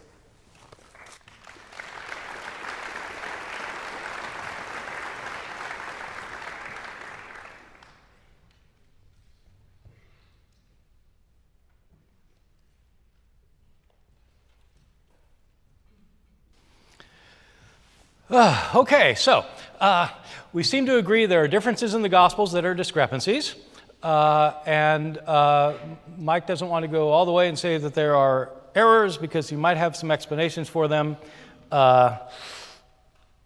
In all those instances, he and I have looked at every existing explanation, and neither one of us is satisfied with those explanations. So maybe there are explanations. What I want to talk about is why there are differences in the Gospels. And here's a point at which we're going to disagree, in case you were looking for a point. Here's a point at which we will disagree. Mike contends that the Gospels are based on eyewitness testimony. I would like to know his evidence of it. They don't claim to be based on eyewitness testimonies. Matthew, Mark, and Luke, anyway, don't claim at all to be based on eyewitness testimonies. Jesus' native language is Aramaic.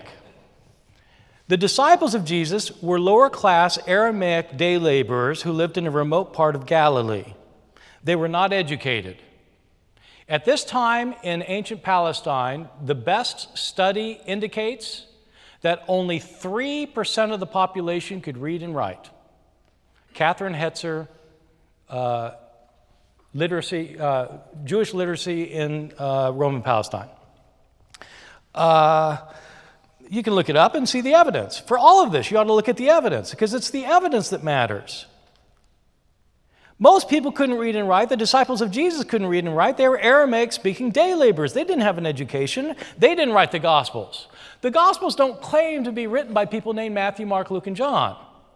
Those are names given to the Gospels much later. The first time they're attested as Matthew, Mark, Luke, and John is at the end of the 2nd century, 100 years later. Here's something worth thinking about. The Gospels are written in highly literate Greek. They're written in highly literate Greek by educated Greek-speaking Christians living 40, 50, or 60 years later. They weren't eyewitnesses. Where does Mark claim to be based on Peter's testimony? He doesn't. Where does Matthew say that he's basing his Sermon on the Mount on an eyewitness? He doesn't. These are people who have heard stories about Jesus. They're living outside of Palestine. They don't speak Aramaic. They're Greek-speaking people living somewhere else. We don't even know where. Rome, Antioch, Ephesus, we don't know. How do they get their stories? Well, how does anybody get the stories in Ephesus about things that happened in Palestine? They've heard stories that have been circulating around the Roman world until they come to them. They're writing stories that they heard in Greek, not in Aramaic. 40, 50, 60 years later, of course there are differences in the Gospels. Think about who wrote these things. Let me give you one example of the difference in the Gospel that actually matters. A difference again in the death of Jesus.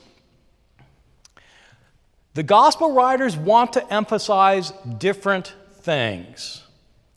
And the problem with thinking that they're all accurate is that it means that you read one of the Gospels as if it's saying the same thing as another one of the Gospels, when in fact they might be emphasizing different things based on the different stories that they've heard. Here's the example. It has to do with Jesus' demeanor going to his death. What was Jesus' demeanor going to his death? How was he approaching his own death?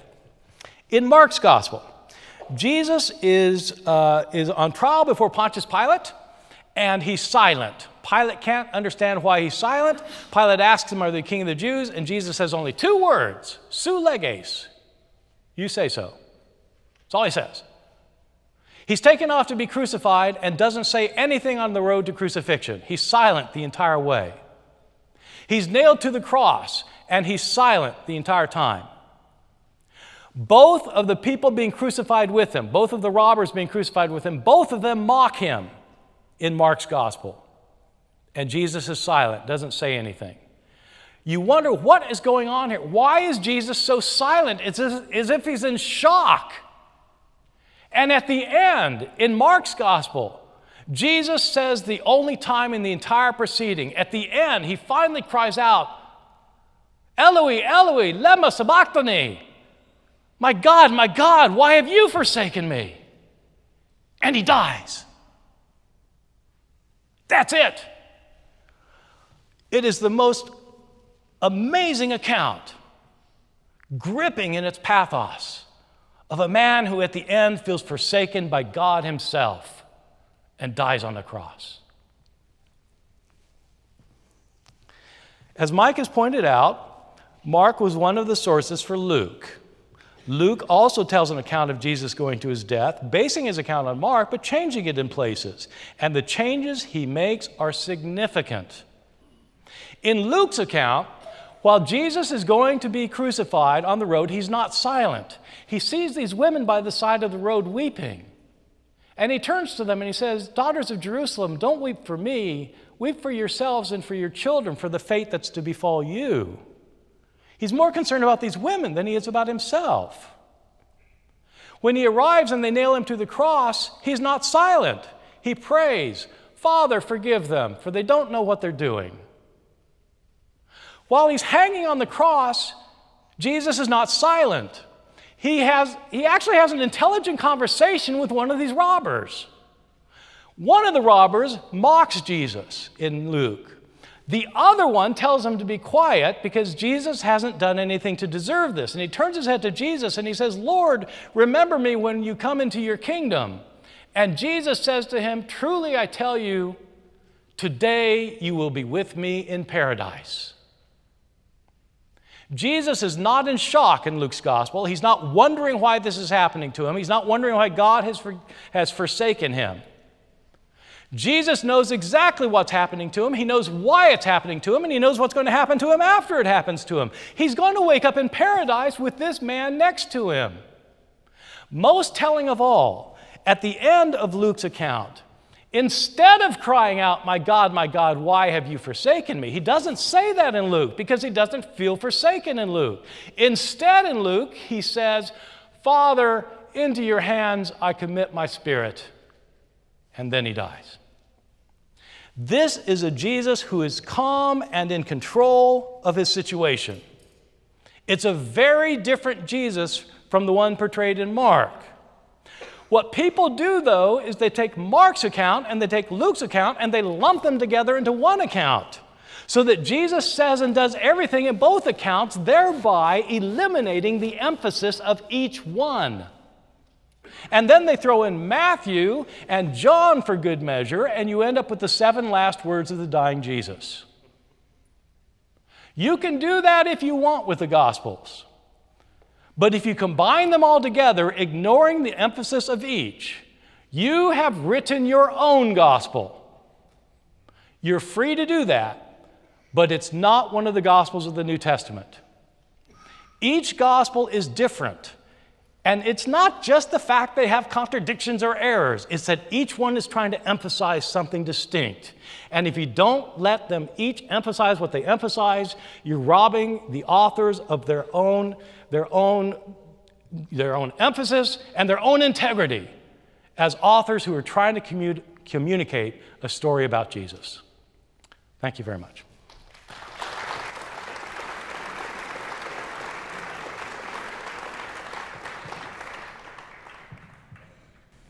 If you thought that was fun so far, we now move on to our period that we call Crossfire, where I set these two guys against each other and I'm going to somehow sit in the middle of this and try to keep it under control. In order to keep this from turning into a free-for-all, I think it would be fair if in this next 10-minute portion, Dr. Licona, you pose questions to Dr. Ehrman, and Dr. Ehrman, you answer. For 5 minutes, you pose questions, and then we can switch over to Dr. Ehrman. Does this seem fair? Sure. Okay. Dr. Licona, please pose your questions. Okay.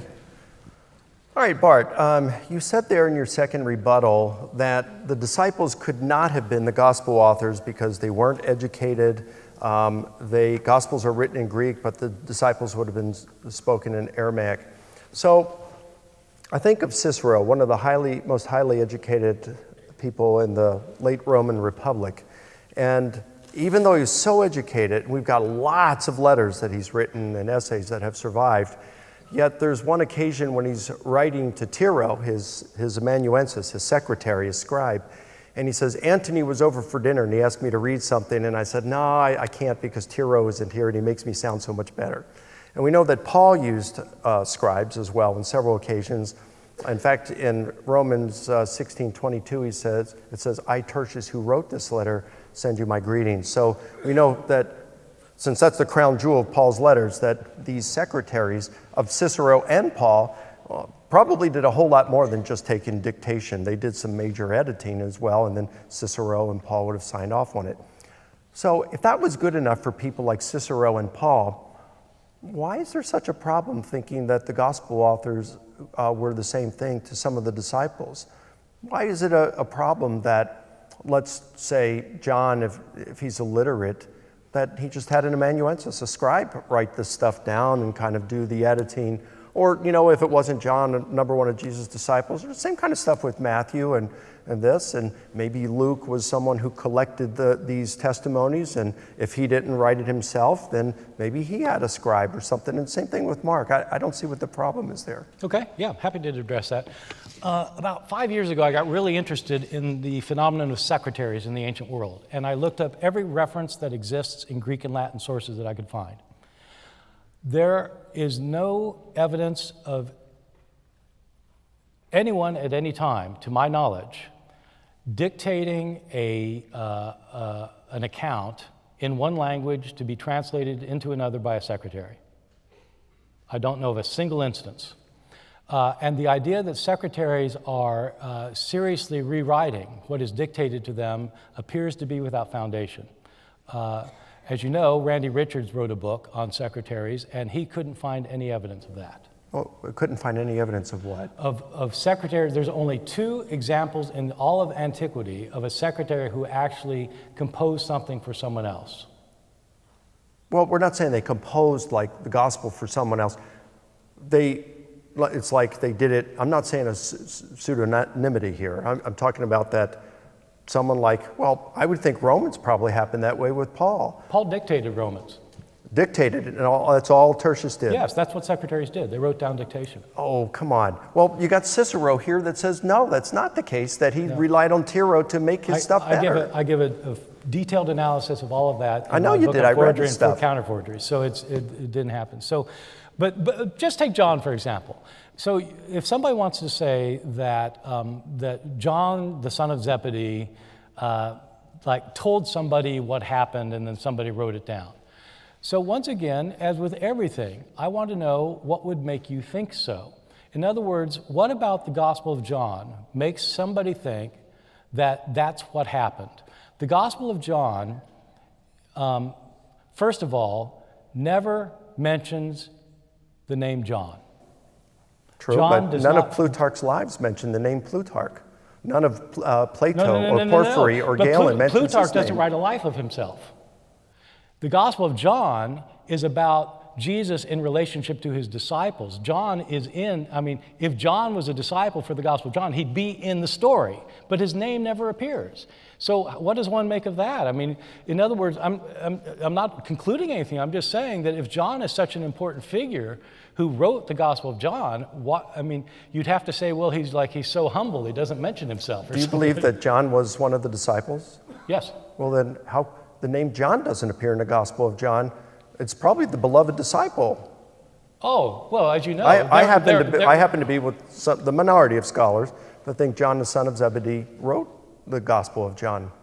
Yes, that is a minority. Yeah.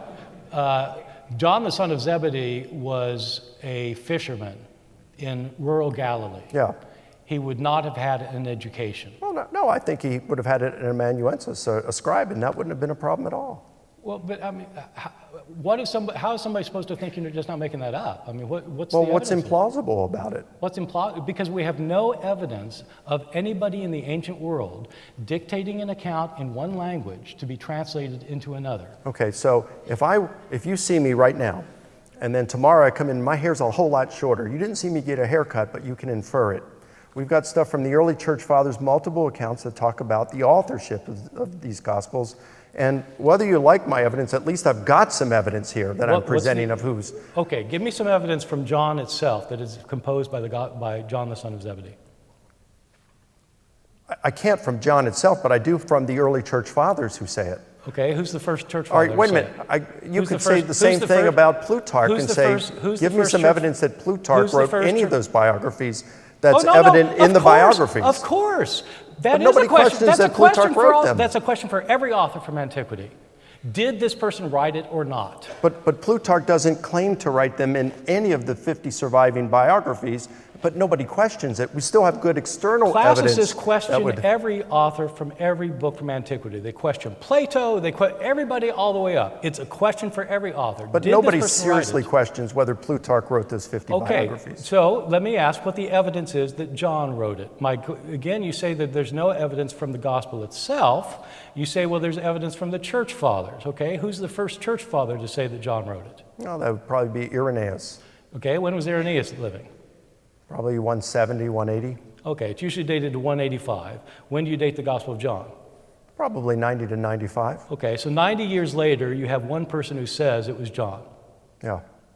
And Okay. that'd be the same as what, 1950?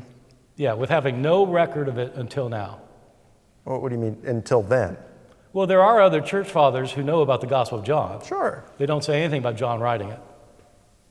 Well, that's an argument from silence. I'm asking for what the evidence is. Well, I gave you I'm not Irenaeus. using the evidence. I'm not saying the silence is evidence that he didn't write it. I'm asking you what the evidence is. And if your evidence is Irenaeus, we could have a long talk about Irenaeus, but But at least I'm given evidence. It's not as That's though not- nobody knew who wrote it. And he's the latest one. Okay. Matthew and Mark have better attestation. If we could. I would say, though, there's clear evidence. You think John is the beloved disciple, right? I do. Okay. There is clear evidence that the beloved disciple did not write the Gospel of John. The Gospel of John indicates that the beloved disciple did not write the Gospel of John. I know what you're going to quote, and I think he's speaking in the third person, which would have not been unusual for that day. Jesus speaks in the third person In other words, often. the author does not claim to be the beloved disciple and claims he got his information from the beloved disciple. I think he's speaking in third person. He is speaking in the third person because he's talking about a third person. Just like on it's like on the Seinfeld episode, Jimmy did this, Jimmy did this. And Jesus did it. He said, the Son of Man's going to do this. The Son of Man doesn't have a place to lay his head, and he's referring Wow. to himself. We only had 10 minutes for this, and I haven't asked a question yet. Please, go ahead.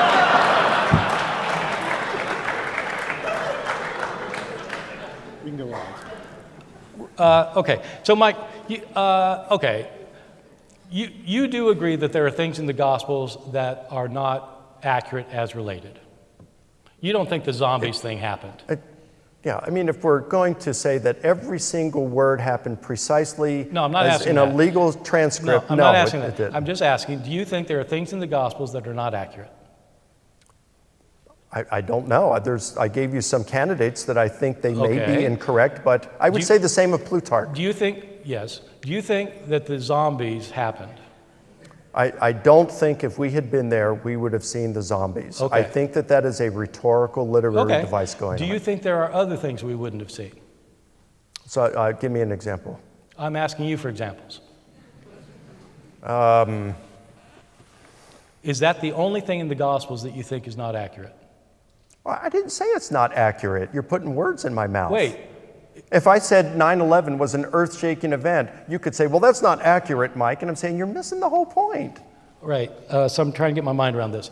So when Matthew says that the dead came out of the tomb and walked around, you're saying, no, that didn't really happen, but you're saying it's not inaccurate. I'm saying it's the same kind of genre there as Peter at Pentecost when he's referring to Joel chapter 2 with young men having visions, old men having dreams, and Joel chapter 2 talks about the sun going dark and the moon turning into blood. No, I don't think that they thought the sun went dark, the moon turned into blood that day. I think they're using this as poetic, apocalyptic kind of Okay. imagery. I'm just getting a little frustrated because I'm not getting a direct answer. Well, I'm trying to give you, I think you're mixing genres here, and it's not fair. What's the genre of the zombies? I think that this is apocalyptic kind of symbolism that's put in there. Just like when they talk about eclipses of the sun and comets in the sky on many of these occasions. that we can show that these eclipses of the sun didn't happen, but the comet was actually there. They would mix these portents in order to highlight the intensity and the meaning behind the event. Okay, I don't know what you're talking about. So, right. Well, keep reading my book. No, okay. I'm just sorry, Mike, because you don't think that the zombies came out of the tomb, but you want to That's say correct. it's still accurate. Okay. All right. So, you do agree that there appear to be contradictions in the New Testament, in the Gospels? I think that there are some that I cannot reconcile by compositional devices. And there are a what handful. stops you from saying there are mistakes? Well, there are some of them, like let's just say maybe the Quirinius one. That looks to me like that could very well be an error. Okay. But the one that you cited, like did Jesus first appear to them in Galilee or Jerusalem? I think that has a reasonable explanation for it, and some of these things have really good explanations. Let me just review. In Luke, he says, "Don't leave Jerusalem," Right. And they don't. Yep. In Matthew, they're told to go to Galilee, Yep. and they do. Yes. Okay, so what's the reasonable explanation for that? I would think that Luke is certainly compressing the account and setting everything in Jerusalem. It doesn't mean they didn't go to Galilee. Luke definitely knows that. I mean, as you said in your opening statement, you've got Luke having the resurrection, all of the appearances, and the ascension happening on Easter. But Luke obviously knows it happened over a longer period of time, because in his sequel, the book of Acts chapter 1, he says that he appeared to them over a period of 40 days. Wait, Mike, I'm just confused here. Luke says, don't leave Jerusalem. They don't leave Jerusalem. They're there until the day of Pentecost. But you're saying that he thinks they did go to Galilee? Yeah, why couldn't it be that he is compressing the account? Like, for example, I think that first appearance probably happened in Galilee, but Luke situates it in Jerusalem there when you compare the two accounts. All He's right. talking about the Okay. same one, and Fair he's enough. putting Okay. everything. You can just stop right there. So the appearance was in Galilee, but Luke says it was in Jerusalem. Because And you think that that's accurate? Yeah, he's compressing the account. I see what he's doing. There's no problem there. He's compressing the account for economy of time or space, and then he's wanting to emphasize Jerusalem as probably the headquarters of the church. What would make it inaccurate? He appeared to them in Africa. But why couldn't you say he appeared to them in Africa? Well, if he did, that'd be fine. But if Exactly. he's doing a compression here, time compression. He's not is compressing time, he's compressing places. Yeah, One both. says he did not appear to them in Galilee, and the other says that one says that he did not appear in Galilee, the other says he did No, appear in one Galilee. says he appeared in Galilee, one says he appeared in Jerusalem. They don't leave Jerusalem. Because So how could they Luke, see him in Galilee? Because Luke is compressing the account and he situates everything in Jerusalem. Yes, he does. He And obviously it's not knows accurate. that, but he has it all on Easter, whereas, again, Acts chapter 1, he's obviously knows that he was there for a longer period of time. Yeah, in Acts 1, he's there for 40 days with them, and where is he? He's in Jerusalem. Yes. Well, no, it doesn't say. Yes, it doesn't does. say that he was in Jerusalem the whole time. He ascended from the Jerusalem area on the Mount of Olives, but it doesn't say he was there the whole time. Okay. I see no reason why he couldn't have gone to Galilee in the meantime. Except he says stay in Yep, Jerusalem. and he don't could have leave. said And they're that in after they Jerusalem the whole time. returned from Galilee. All right, look, we're just arguing about these nitty things. Look, the no, reality. I'm willing to admit that there are some potential errors in the New Testament. I just don't think that's one of them that's easily accounted for by compositional devices. So my final question, this will be quick. How many errors would it take before you would agree that they're inaccurate? I don't know a number, but as I said, if someone on Facebook or let's say your wife, that she has said some false things over time, but she is by and large very reliable, I'd say she's a reliable source, even though she gets things wrong once in a while. What's the number of things? What's the percentage? I don't know. But if it's small, I have no problem saying it's reliable. We're not asking if it's inerrant. We're asking, is it historically reliable? Yeah, well, okay. So if I go to MapQuest tonight to try and get someplace, and I know the MapQuest is wrong 10 times, 20 times out of the last 100 that I've asked, I'm not sure I'm going to trust it. That's a good point, but that's the degree of precision that we expect out of something like a map. The debate is, are the Gospels reliable? But they're not maps, they're biographies. They're not, and biographies change the facts in order to make their emphases. And that's why this is my favorite part of the debate. Good. Thank you. Thank you. Aaron.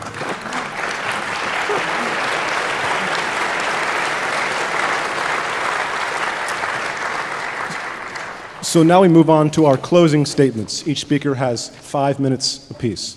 Dr. Licona, your closing statement.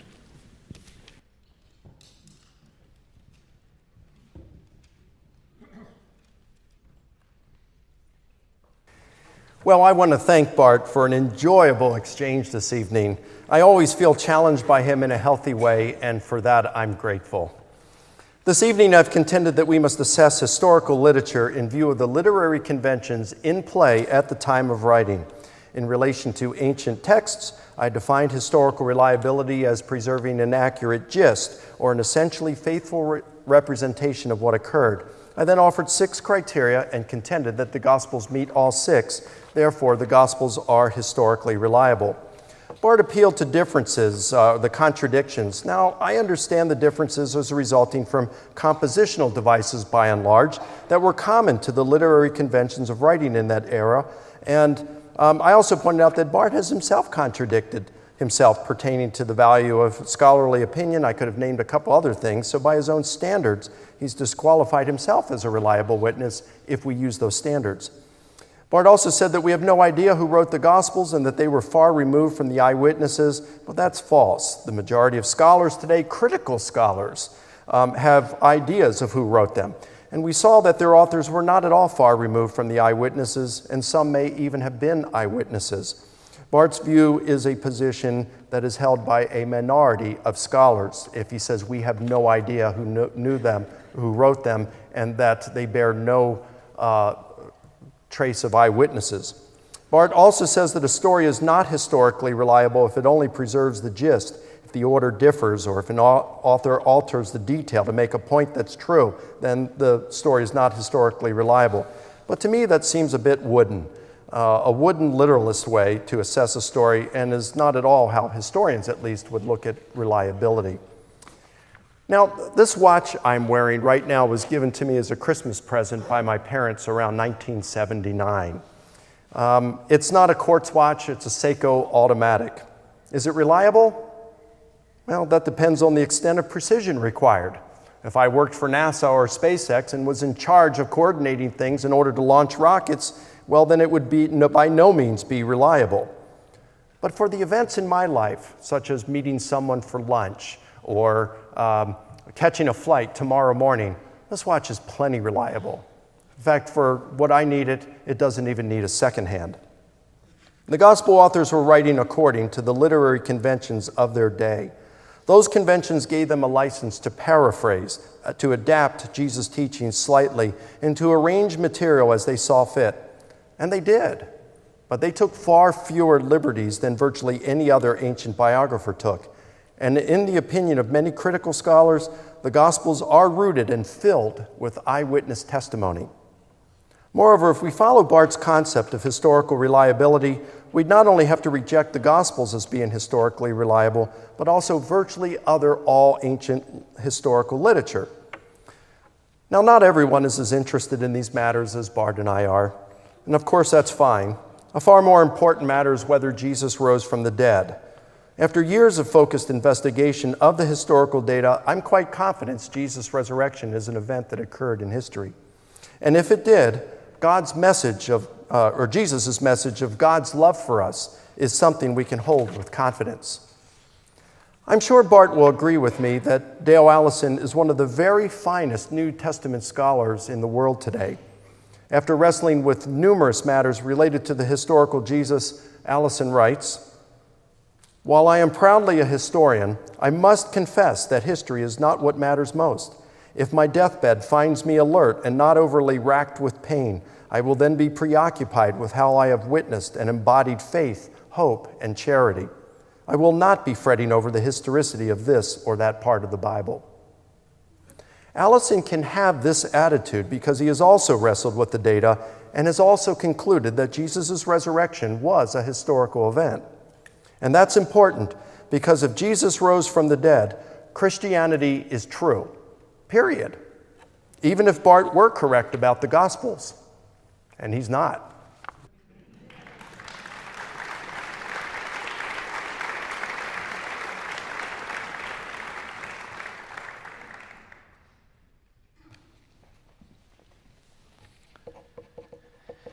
Well, yes, and I want to thank all of you for coming, and Mike as well. I always enjoy these back and forths, and they tend to get rather lively on occasion. I'm going to do a couple things in my concluding time, but before I get to that, I want to say that that I really appreciate the organizers who have put this together. And I appreciate all the effort that went into it. I hope that you found it useful. On a couple points, Mike and I are simply going to disagree. We're going to disagree on what is factual information. I think it is factually wrong to say that most New Testament scholars think that the Gospels are written by people that we know who wrote these Gospels. It's factually wrong. Most New Testament scholars say we don't know that they in fact are anonymous writers. They certainly were not the disciples of Jesus. That is by far the widest opinion. Moreover, the claim that I would have to reject all ancient history if I reject the Gospels is absolutely false.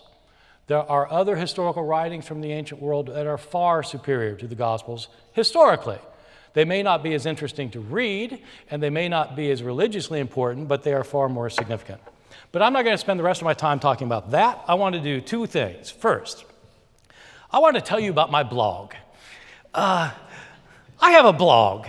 So it's called the Bart Ehrman blog. You can look it up. I post 5 or 6 times a week, 1,000 words a day, on everything related to early Christianity, the historical Jesus, the Gospels, the writings of Paul, the Apostolic Fathers, the books that didn't make it into the New Testament, how we got the New Testament, all the way up to the conversion of the Emperor Constantine, 5 or 6 times a week, and people make comments. I answer all the comments. I mean, like this goes on. So every day, and you could belong to this blog. The only deal is you have to pay. I charge $24.95 for a year's membership, but I don't keep a dime. Every penny goes to charity. I use this as a way of raising money for hunger, for hunger and homelessness charities. Last year, the blog raised $134,000. So we're talking serious money. No, it's fine. So it's a good cause. You get a lot for your money, and it helps everybody, so there are no losers. So I hope you will consider looking up the Bart Ehrman blog. Let me conclude by saying that unlike Mike, it really doesn't matter to me what you personally believe. I mean, I'm sure if I knew you, I'd be interested in you. But I'm not really interested in changing your personal religious views or commitments. I'm certainly not interested in having you, if you're a Christian now, I'm not interested in deconverting you or making you become an agnostic or turning you into some kind of crazy secular humanist. Or if you're an atheist, I mean, I'm not, your personal views are your personal views. I am interested in urging you to think about what it is you believe and why you believe it. There's never been a more important time than now for people to be thinking about what they really think. People love to hear other people who agree with them, who reinforce what they already think. People tend not to like to hear people who challenge them to think for themselves. People like to hear a favorite preacher, a favorite politician, a favorite news channel. People often listen so that they can feel comfortable that they are already right. But maybe we shouldn't be so comfortable. If you don't think critically, you're simply a sheep following where it's led. That is an uninteresting life. And in our times, that can be socially dangerous, leading to horrible results. It's important for all of us to think for ourselves, to question our assumptions, to challenge our views, to make sure that what we think is what we really think and not simply what we've been told. This is true of politics. It's true of our understandings of society, it's true of our personal ethics, and it's true of our religion. The opposite of knowledge is ignorance. It's far better to be a knowledgeable Christian, Jew, Muslim, agnostic, or atheist than an ignorant one. And I hope this debate has helped to that end. Thank you very much.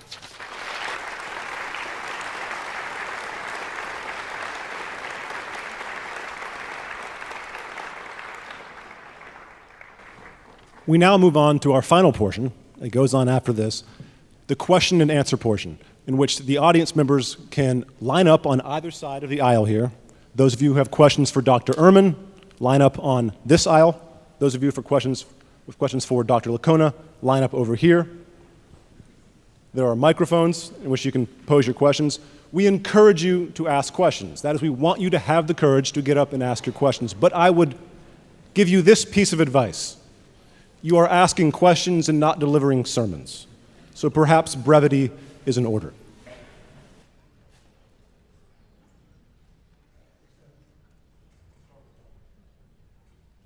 All right, thank you for coming tonight. Mic on? Okay, thank you for coming tonight. My question is there historical evidence of scribal tampering which became canon?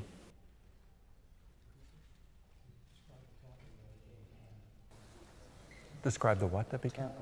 The tampering. Describe the tampering that became canon? Is there evidence of scribal tampering that became canon? Oh. Scribes that changed the text and became canon. I'm not clear on... No, he means did scribes add things to the text that became part of the canon? Oh, sure. Like the ending of Mark chapter 16, verses 9 through 20. John, chapter 7, verses 53 through 8:11. There are a few other places, and yeah, they got included in there, and they're in many Bibles today. But I think scholars are right to point out that these were not in the originals, and so therefore our modern translations typically have brackets around them, and with a footnote at the bottom that says these do not appear in the best manuscripts. And in fact, a lot of the Greek texts don't even include them.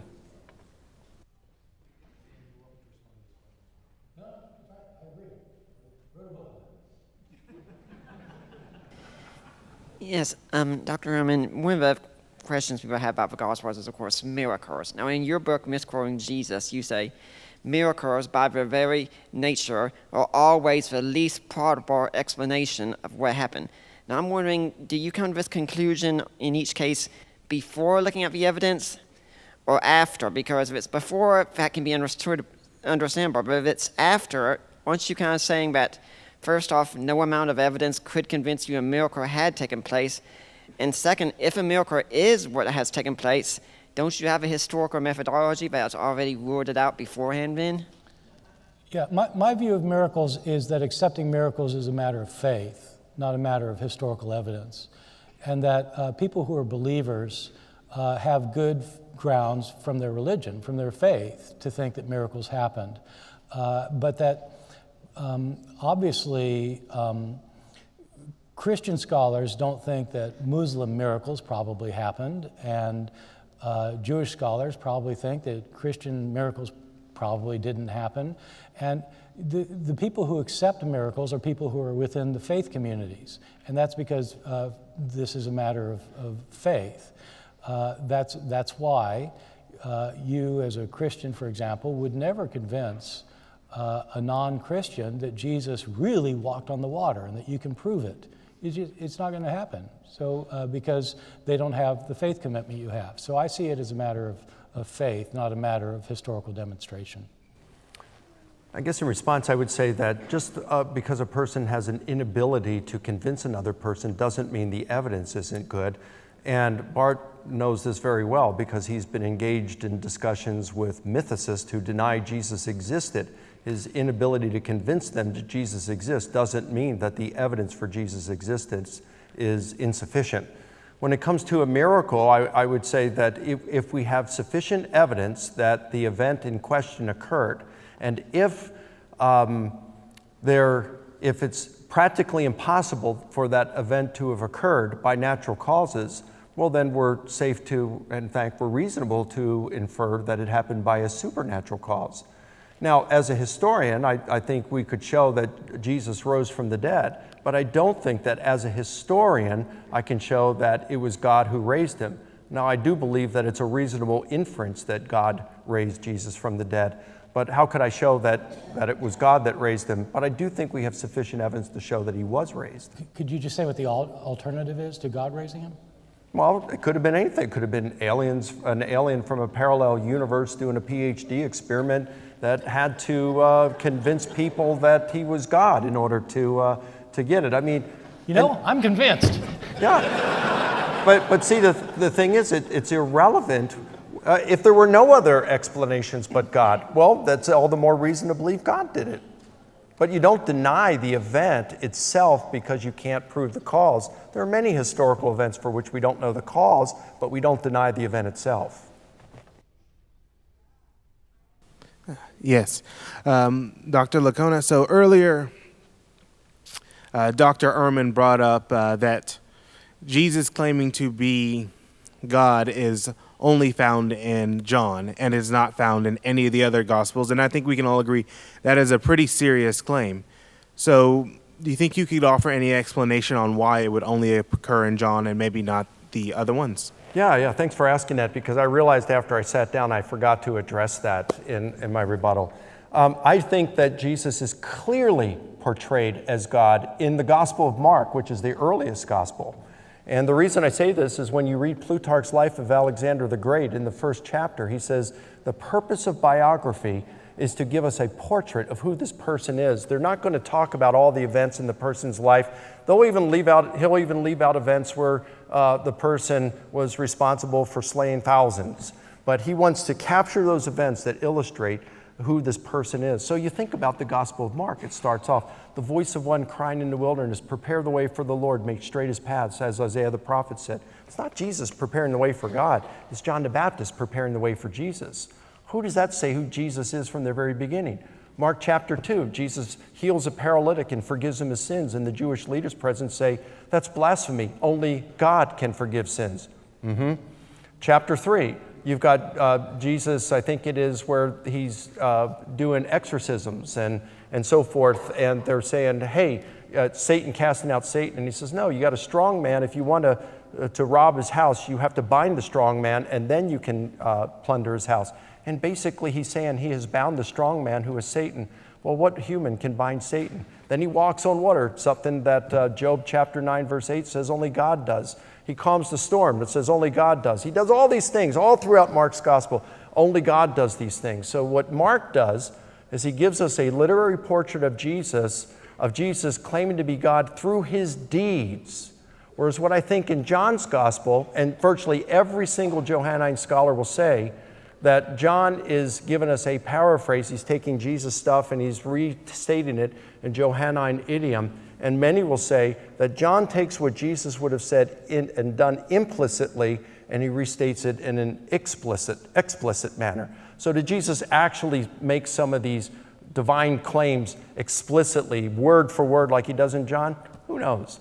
But whether he did or not is irrelevant. He still made claims through his actions and the things that he did that came to the same things, same conclusion. Yeah, I don't think it's irrelevant at all. I think that in John, when Jesus makes these explicit claims for himself, that he is the I am, that he is one with God, that if you've seen me, you've seen the Father. If he actually made those claims, if the man himself made those claims, that Matthew, Mark, and Luke could not very well have overlooked that part. And so my question was, did Jesus talk about himself this way? And if so, how could all of these earlier sources just neglect to mention it? It doesn't seem plausible to me. Dr. Ehrman, what do New Testament historians do when they come across two historical criteria that conflict with each other? And the example that I'm thinking of is Joseph Arimathea and his role in Jesus' burial.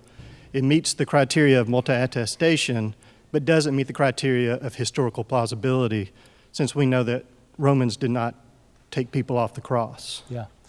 Yeah, no, it's a great question. And you know, it goes to the very heart of what it means to be a historian, which is to establish what probably happened in the past. Doing history is not like doing science, where if you're doing an experimental science, you can prove things by repeating the experiment time after time after time, and when you do that, then you establish a high level of probability that if you do the experiment again the same way, it's going to come with the same result, and so you've proved what the result's going to be. And with history, you can't do that because you can't repeat the experiment. And so you have other kinds of evidence that you use, other criteria, as you're saying, and often these criteria are in conflict with each other, which is why you have so many historians who disagree on so many fundamental things, because they're weighing the evidence differently. And so that kind of gets to the heart of everything I've been trying to say, is I hope everybody weighs the evidence.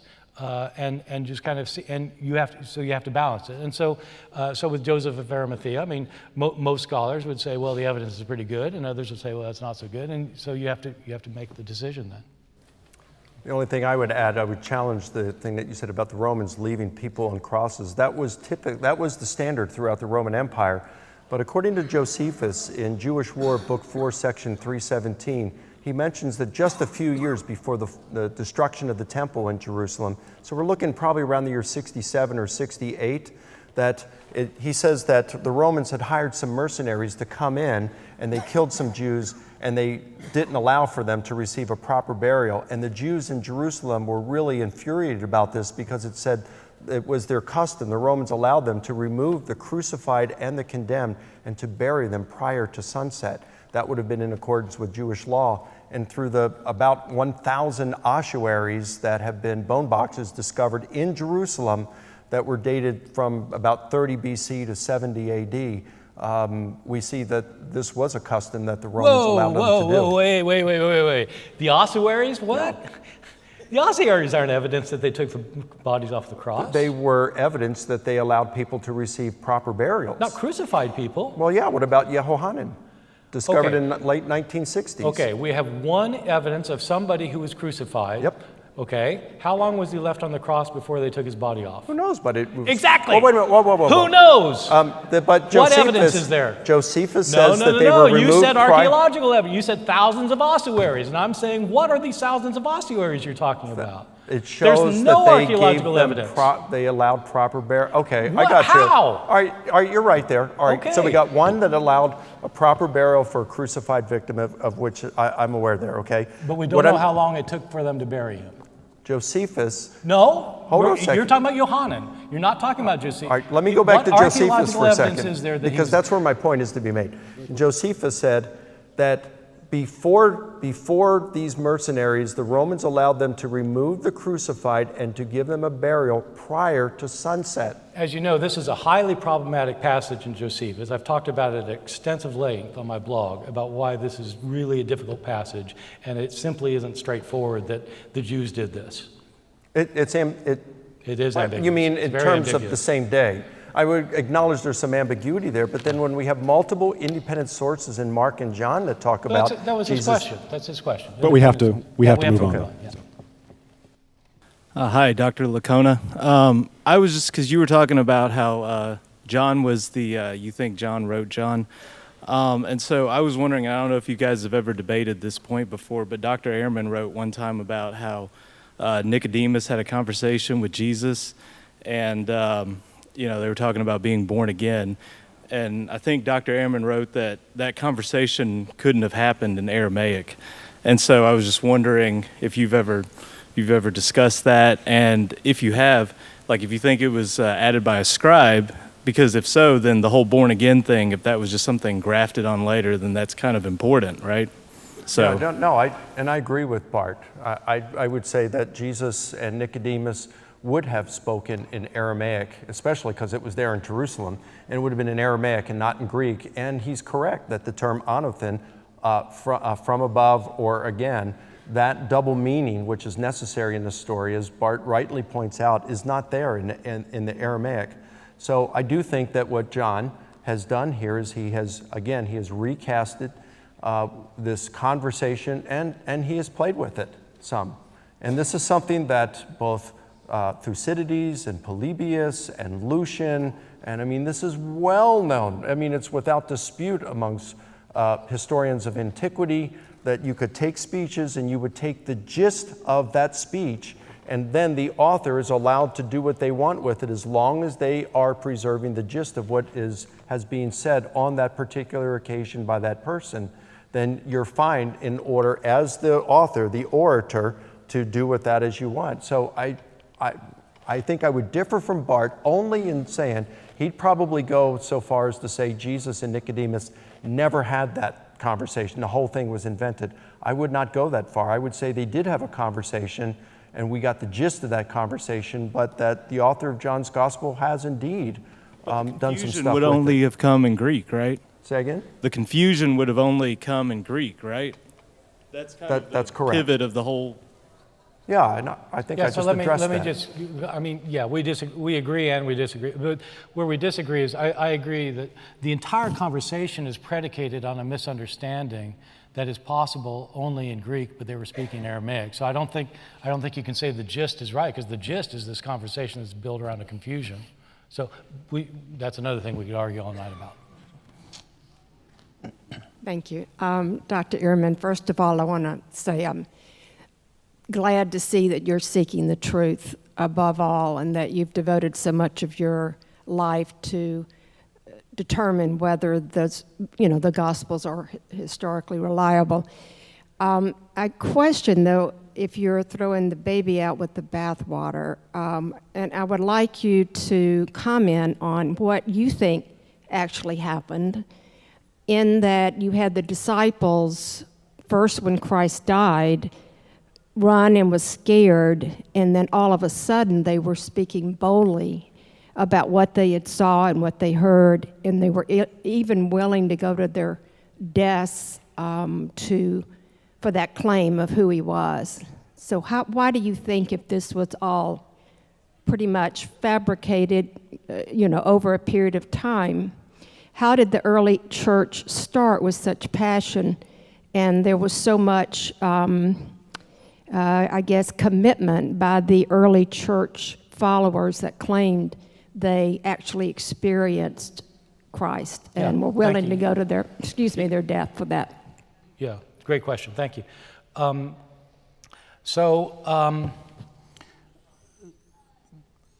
I talk about this in several of my books. The one I talk about the most is in How Jesus Became God, where I think that what happened is some of the followers of Jesus believed they saw him alive after his crucifixion.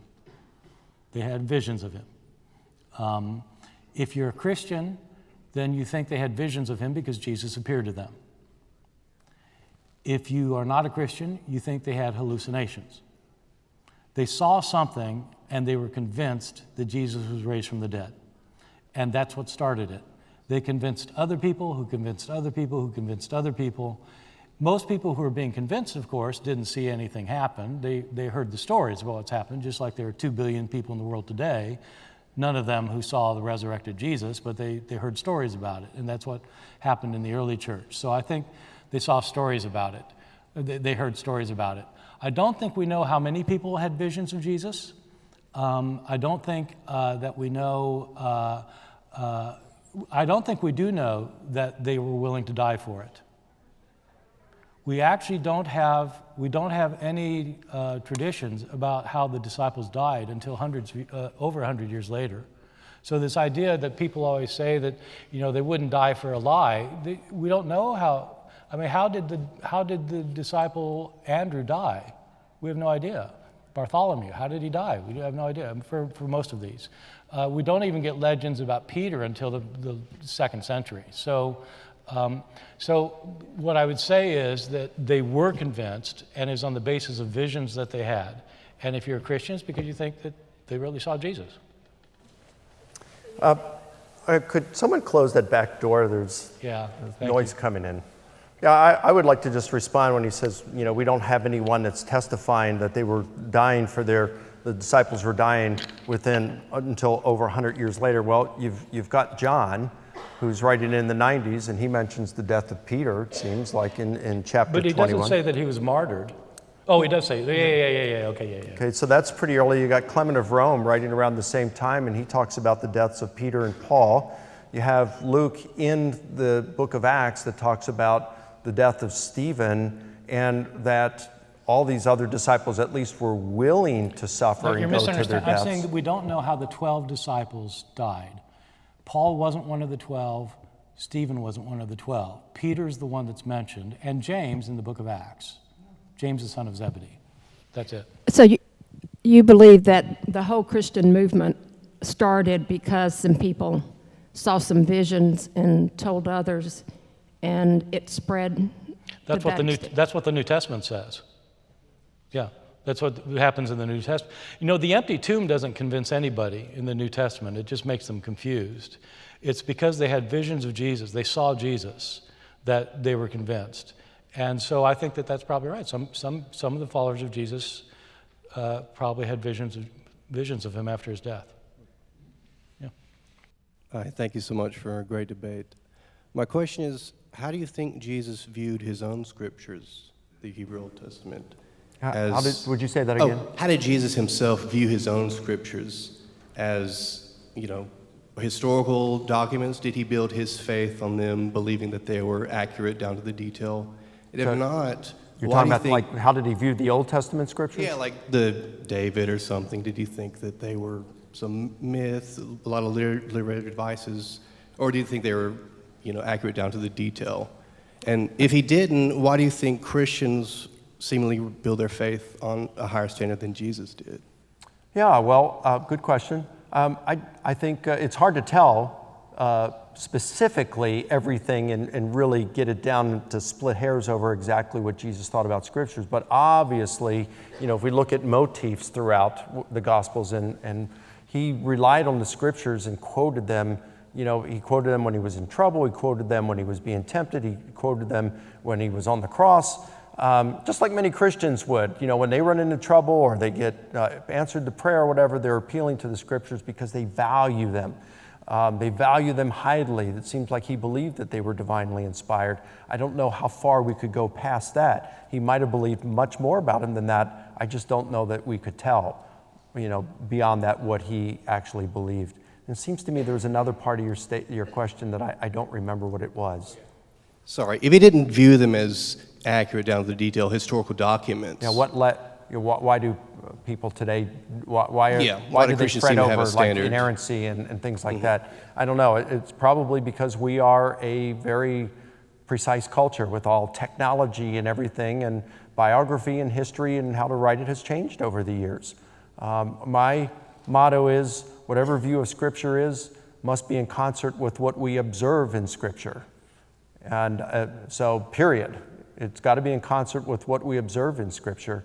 And we have to accept Scripture as God has given it to us rather than forcing our idea of modern precision upon it. And if we fail to do it, we may think we have a high view of Scripture, when in essence we really have just a high view of our view of Scripture.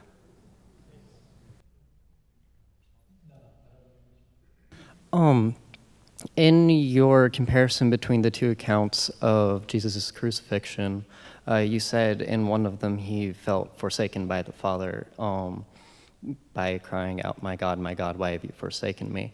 But did you consider that Psalms 22 starts out with that, and given that he was a rabbi, or considered a rabbi by most people, he, by the end of Psalms 22, is saying how it would be, people would be praising God rather than feeling forsaken.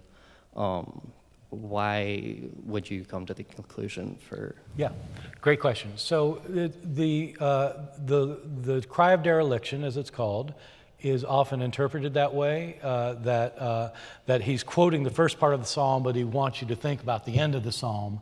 And so at the end of the psalm, God intervenes and God's on his side, and so he feels confident in God, and he expresses that confidence at the end of the... And I don't agree with that reading of it. Of course, I mean, that's a common reading of it. I know about the reading, but I think that it misunderstands what Mark is trying to say. Because I think if Mark wanted to say that Jesus was feeling confident in God, he would have quoted a different part of the psalm.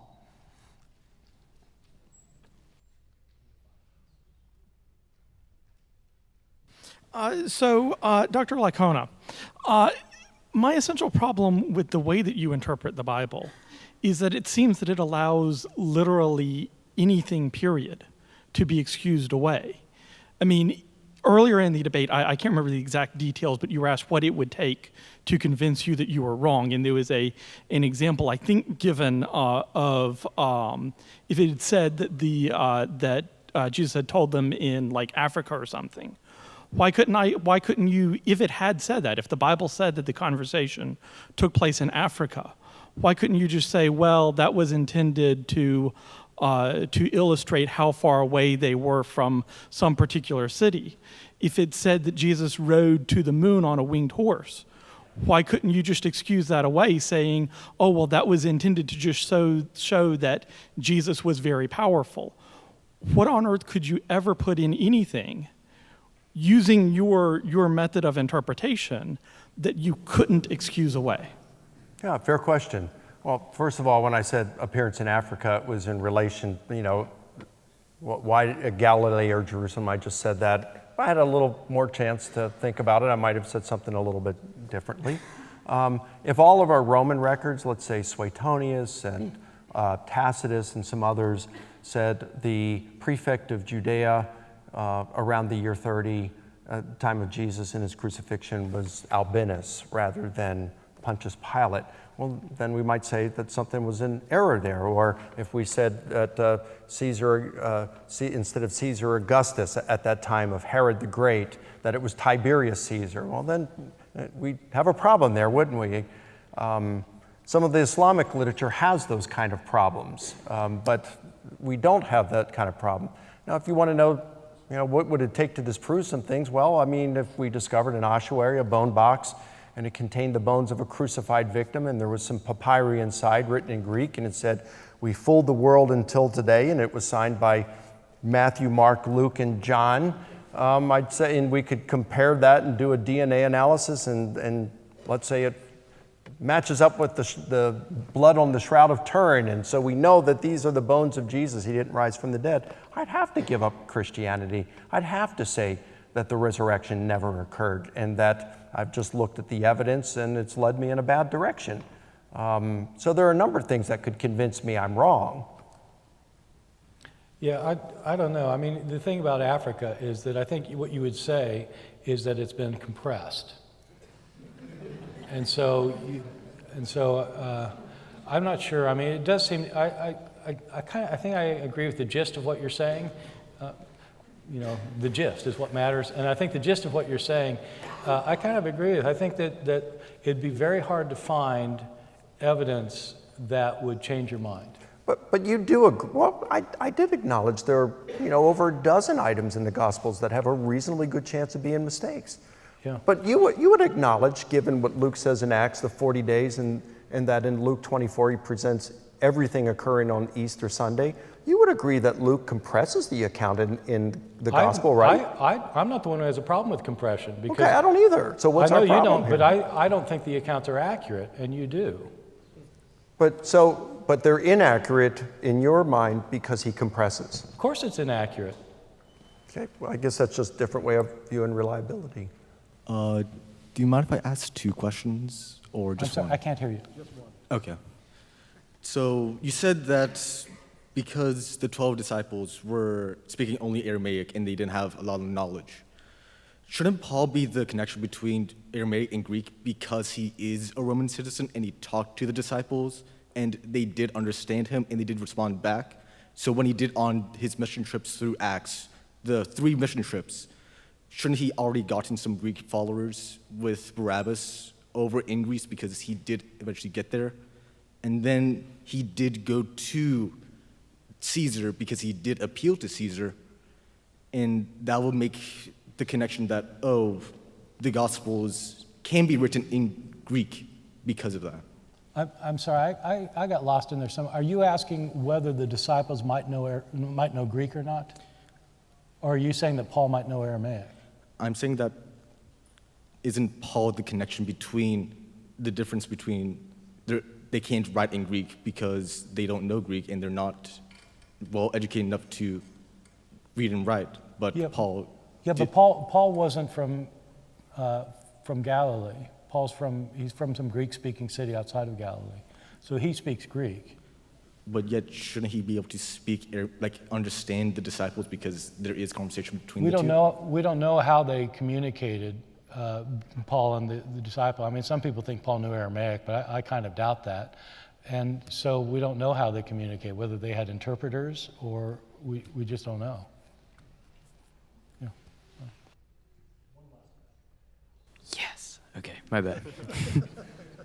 I was just curious, for a specific example, how you would deal with some of the things that seem to be discrepancies or differences in an account like the calling of the first disciples, where in the Synoptic Gospels, how there seems to be a set way in all of them of how Jesus did it, where and how, but then in the Gospel of John, he seems to go about it a completely different route, giving a completely different narrative.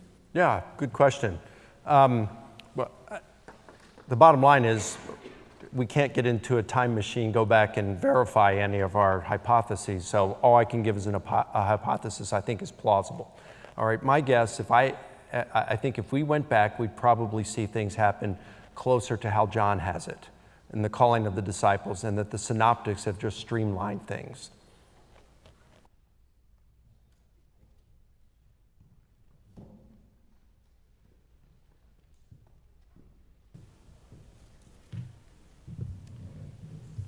Right.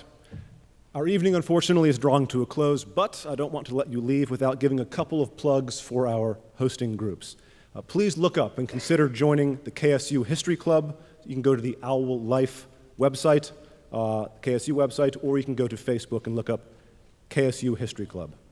Likewise, Ratio Christi is hosting another event next Wednesday, February 28th, when philosopher Dr. Richard Howe will be giving a talk, followed by a Q&A on the topic, Did the Da Vinci Code Get It Right? In Social Sciences Building, room 3028 at 7:30 p.m. Everybody, thank you for coming, and let us thank our speakers one final time.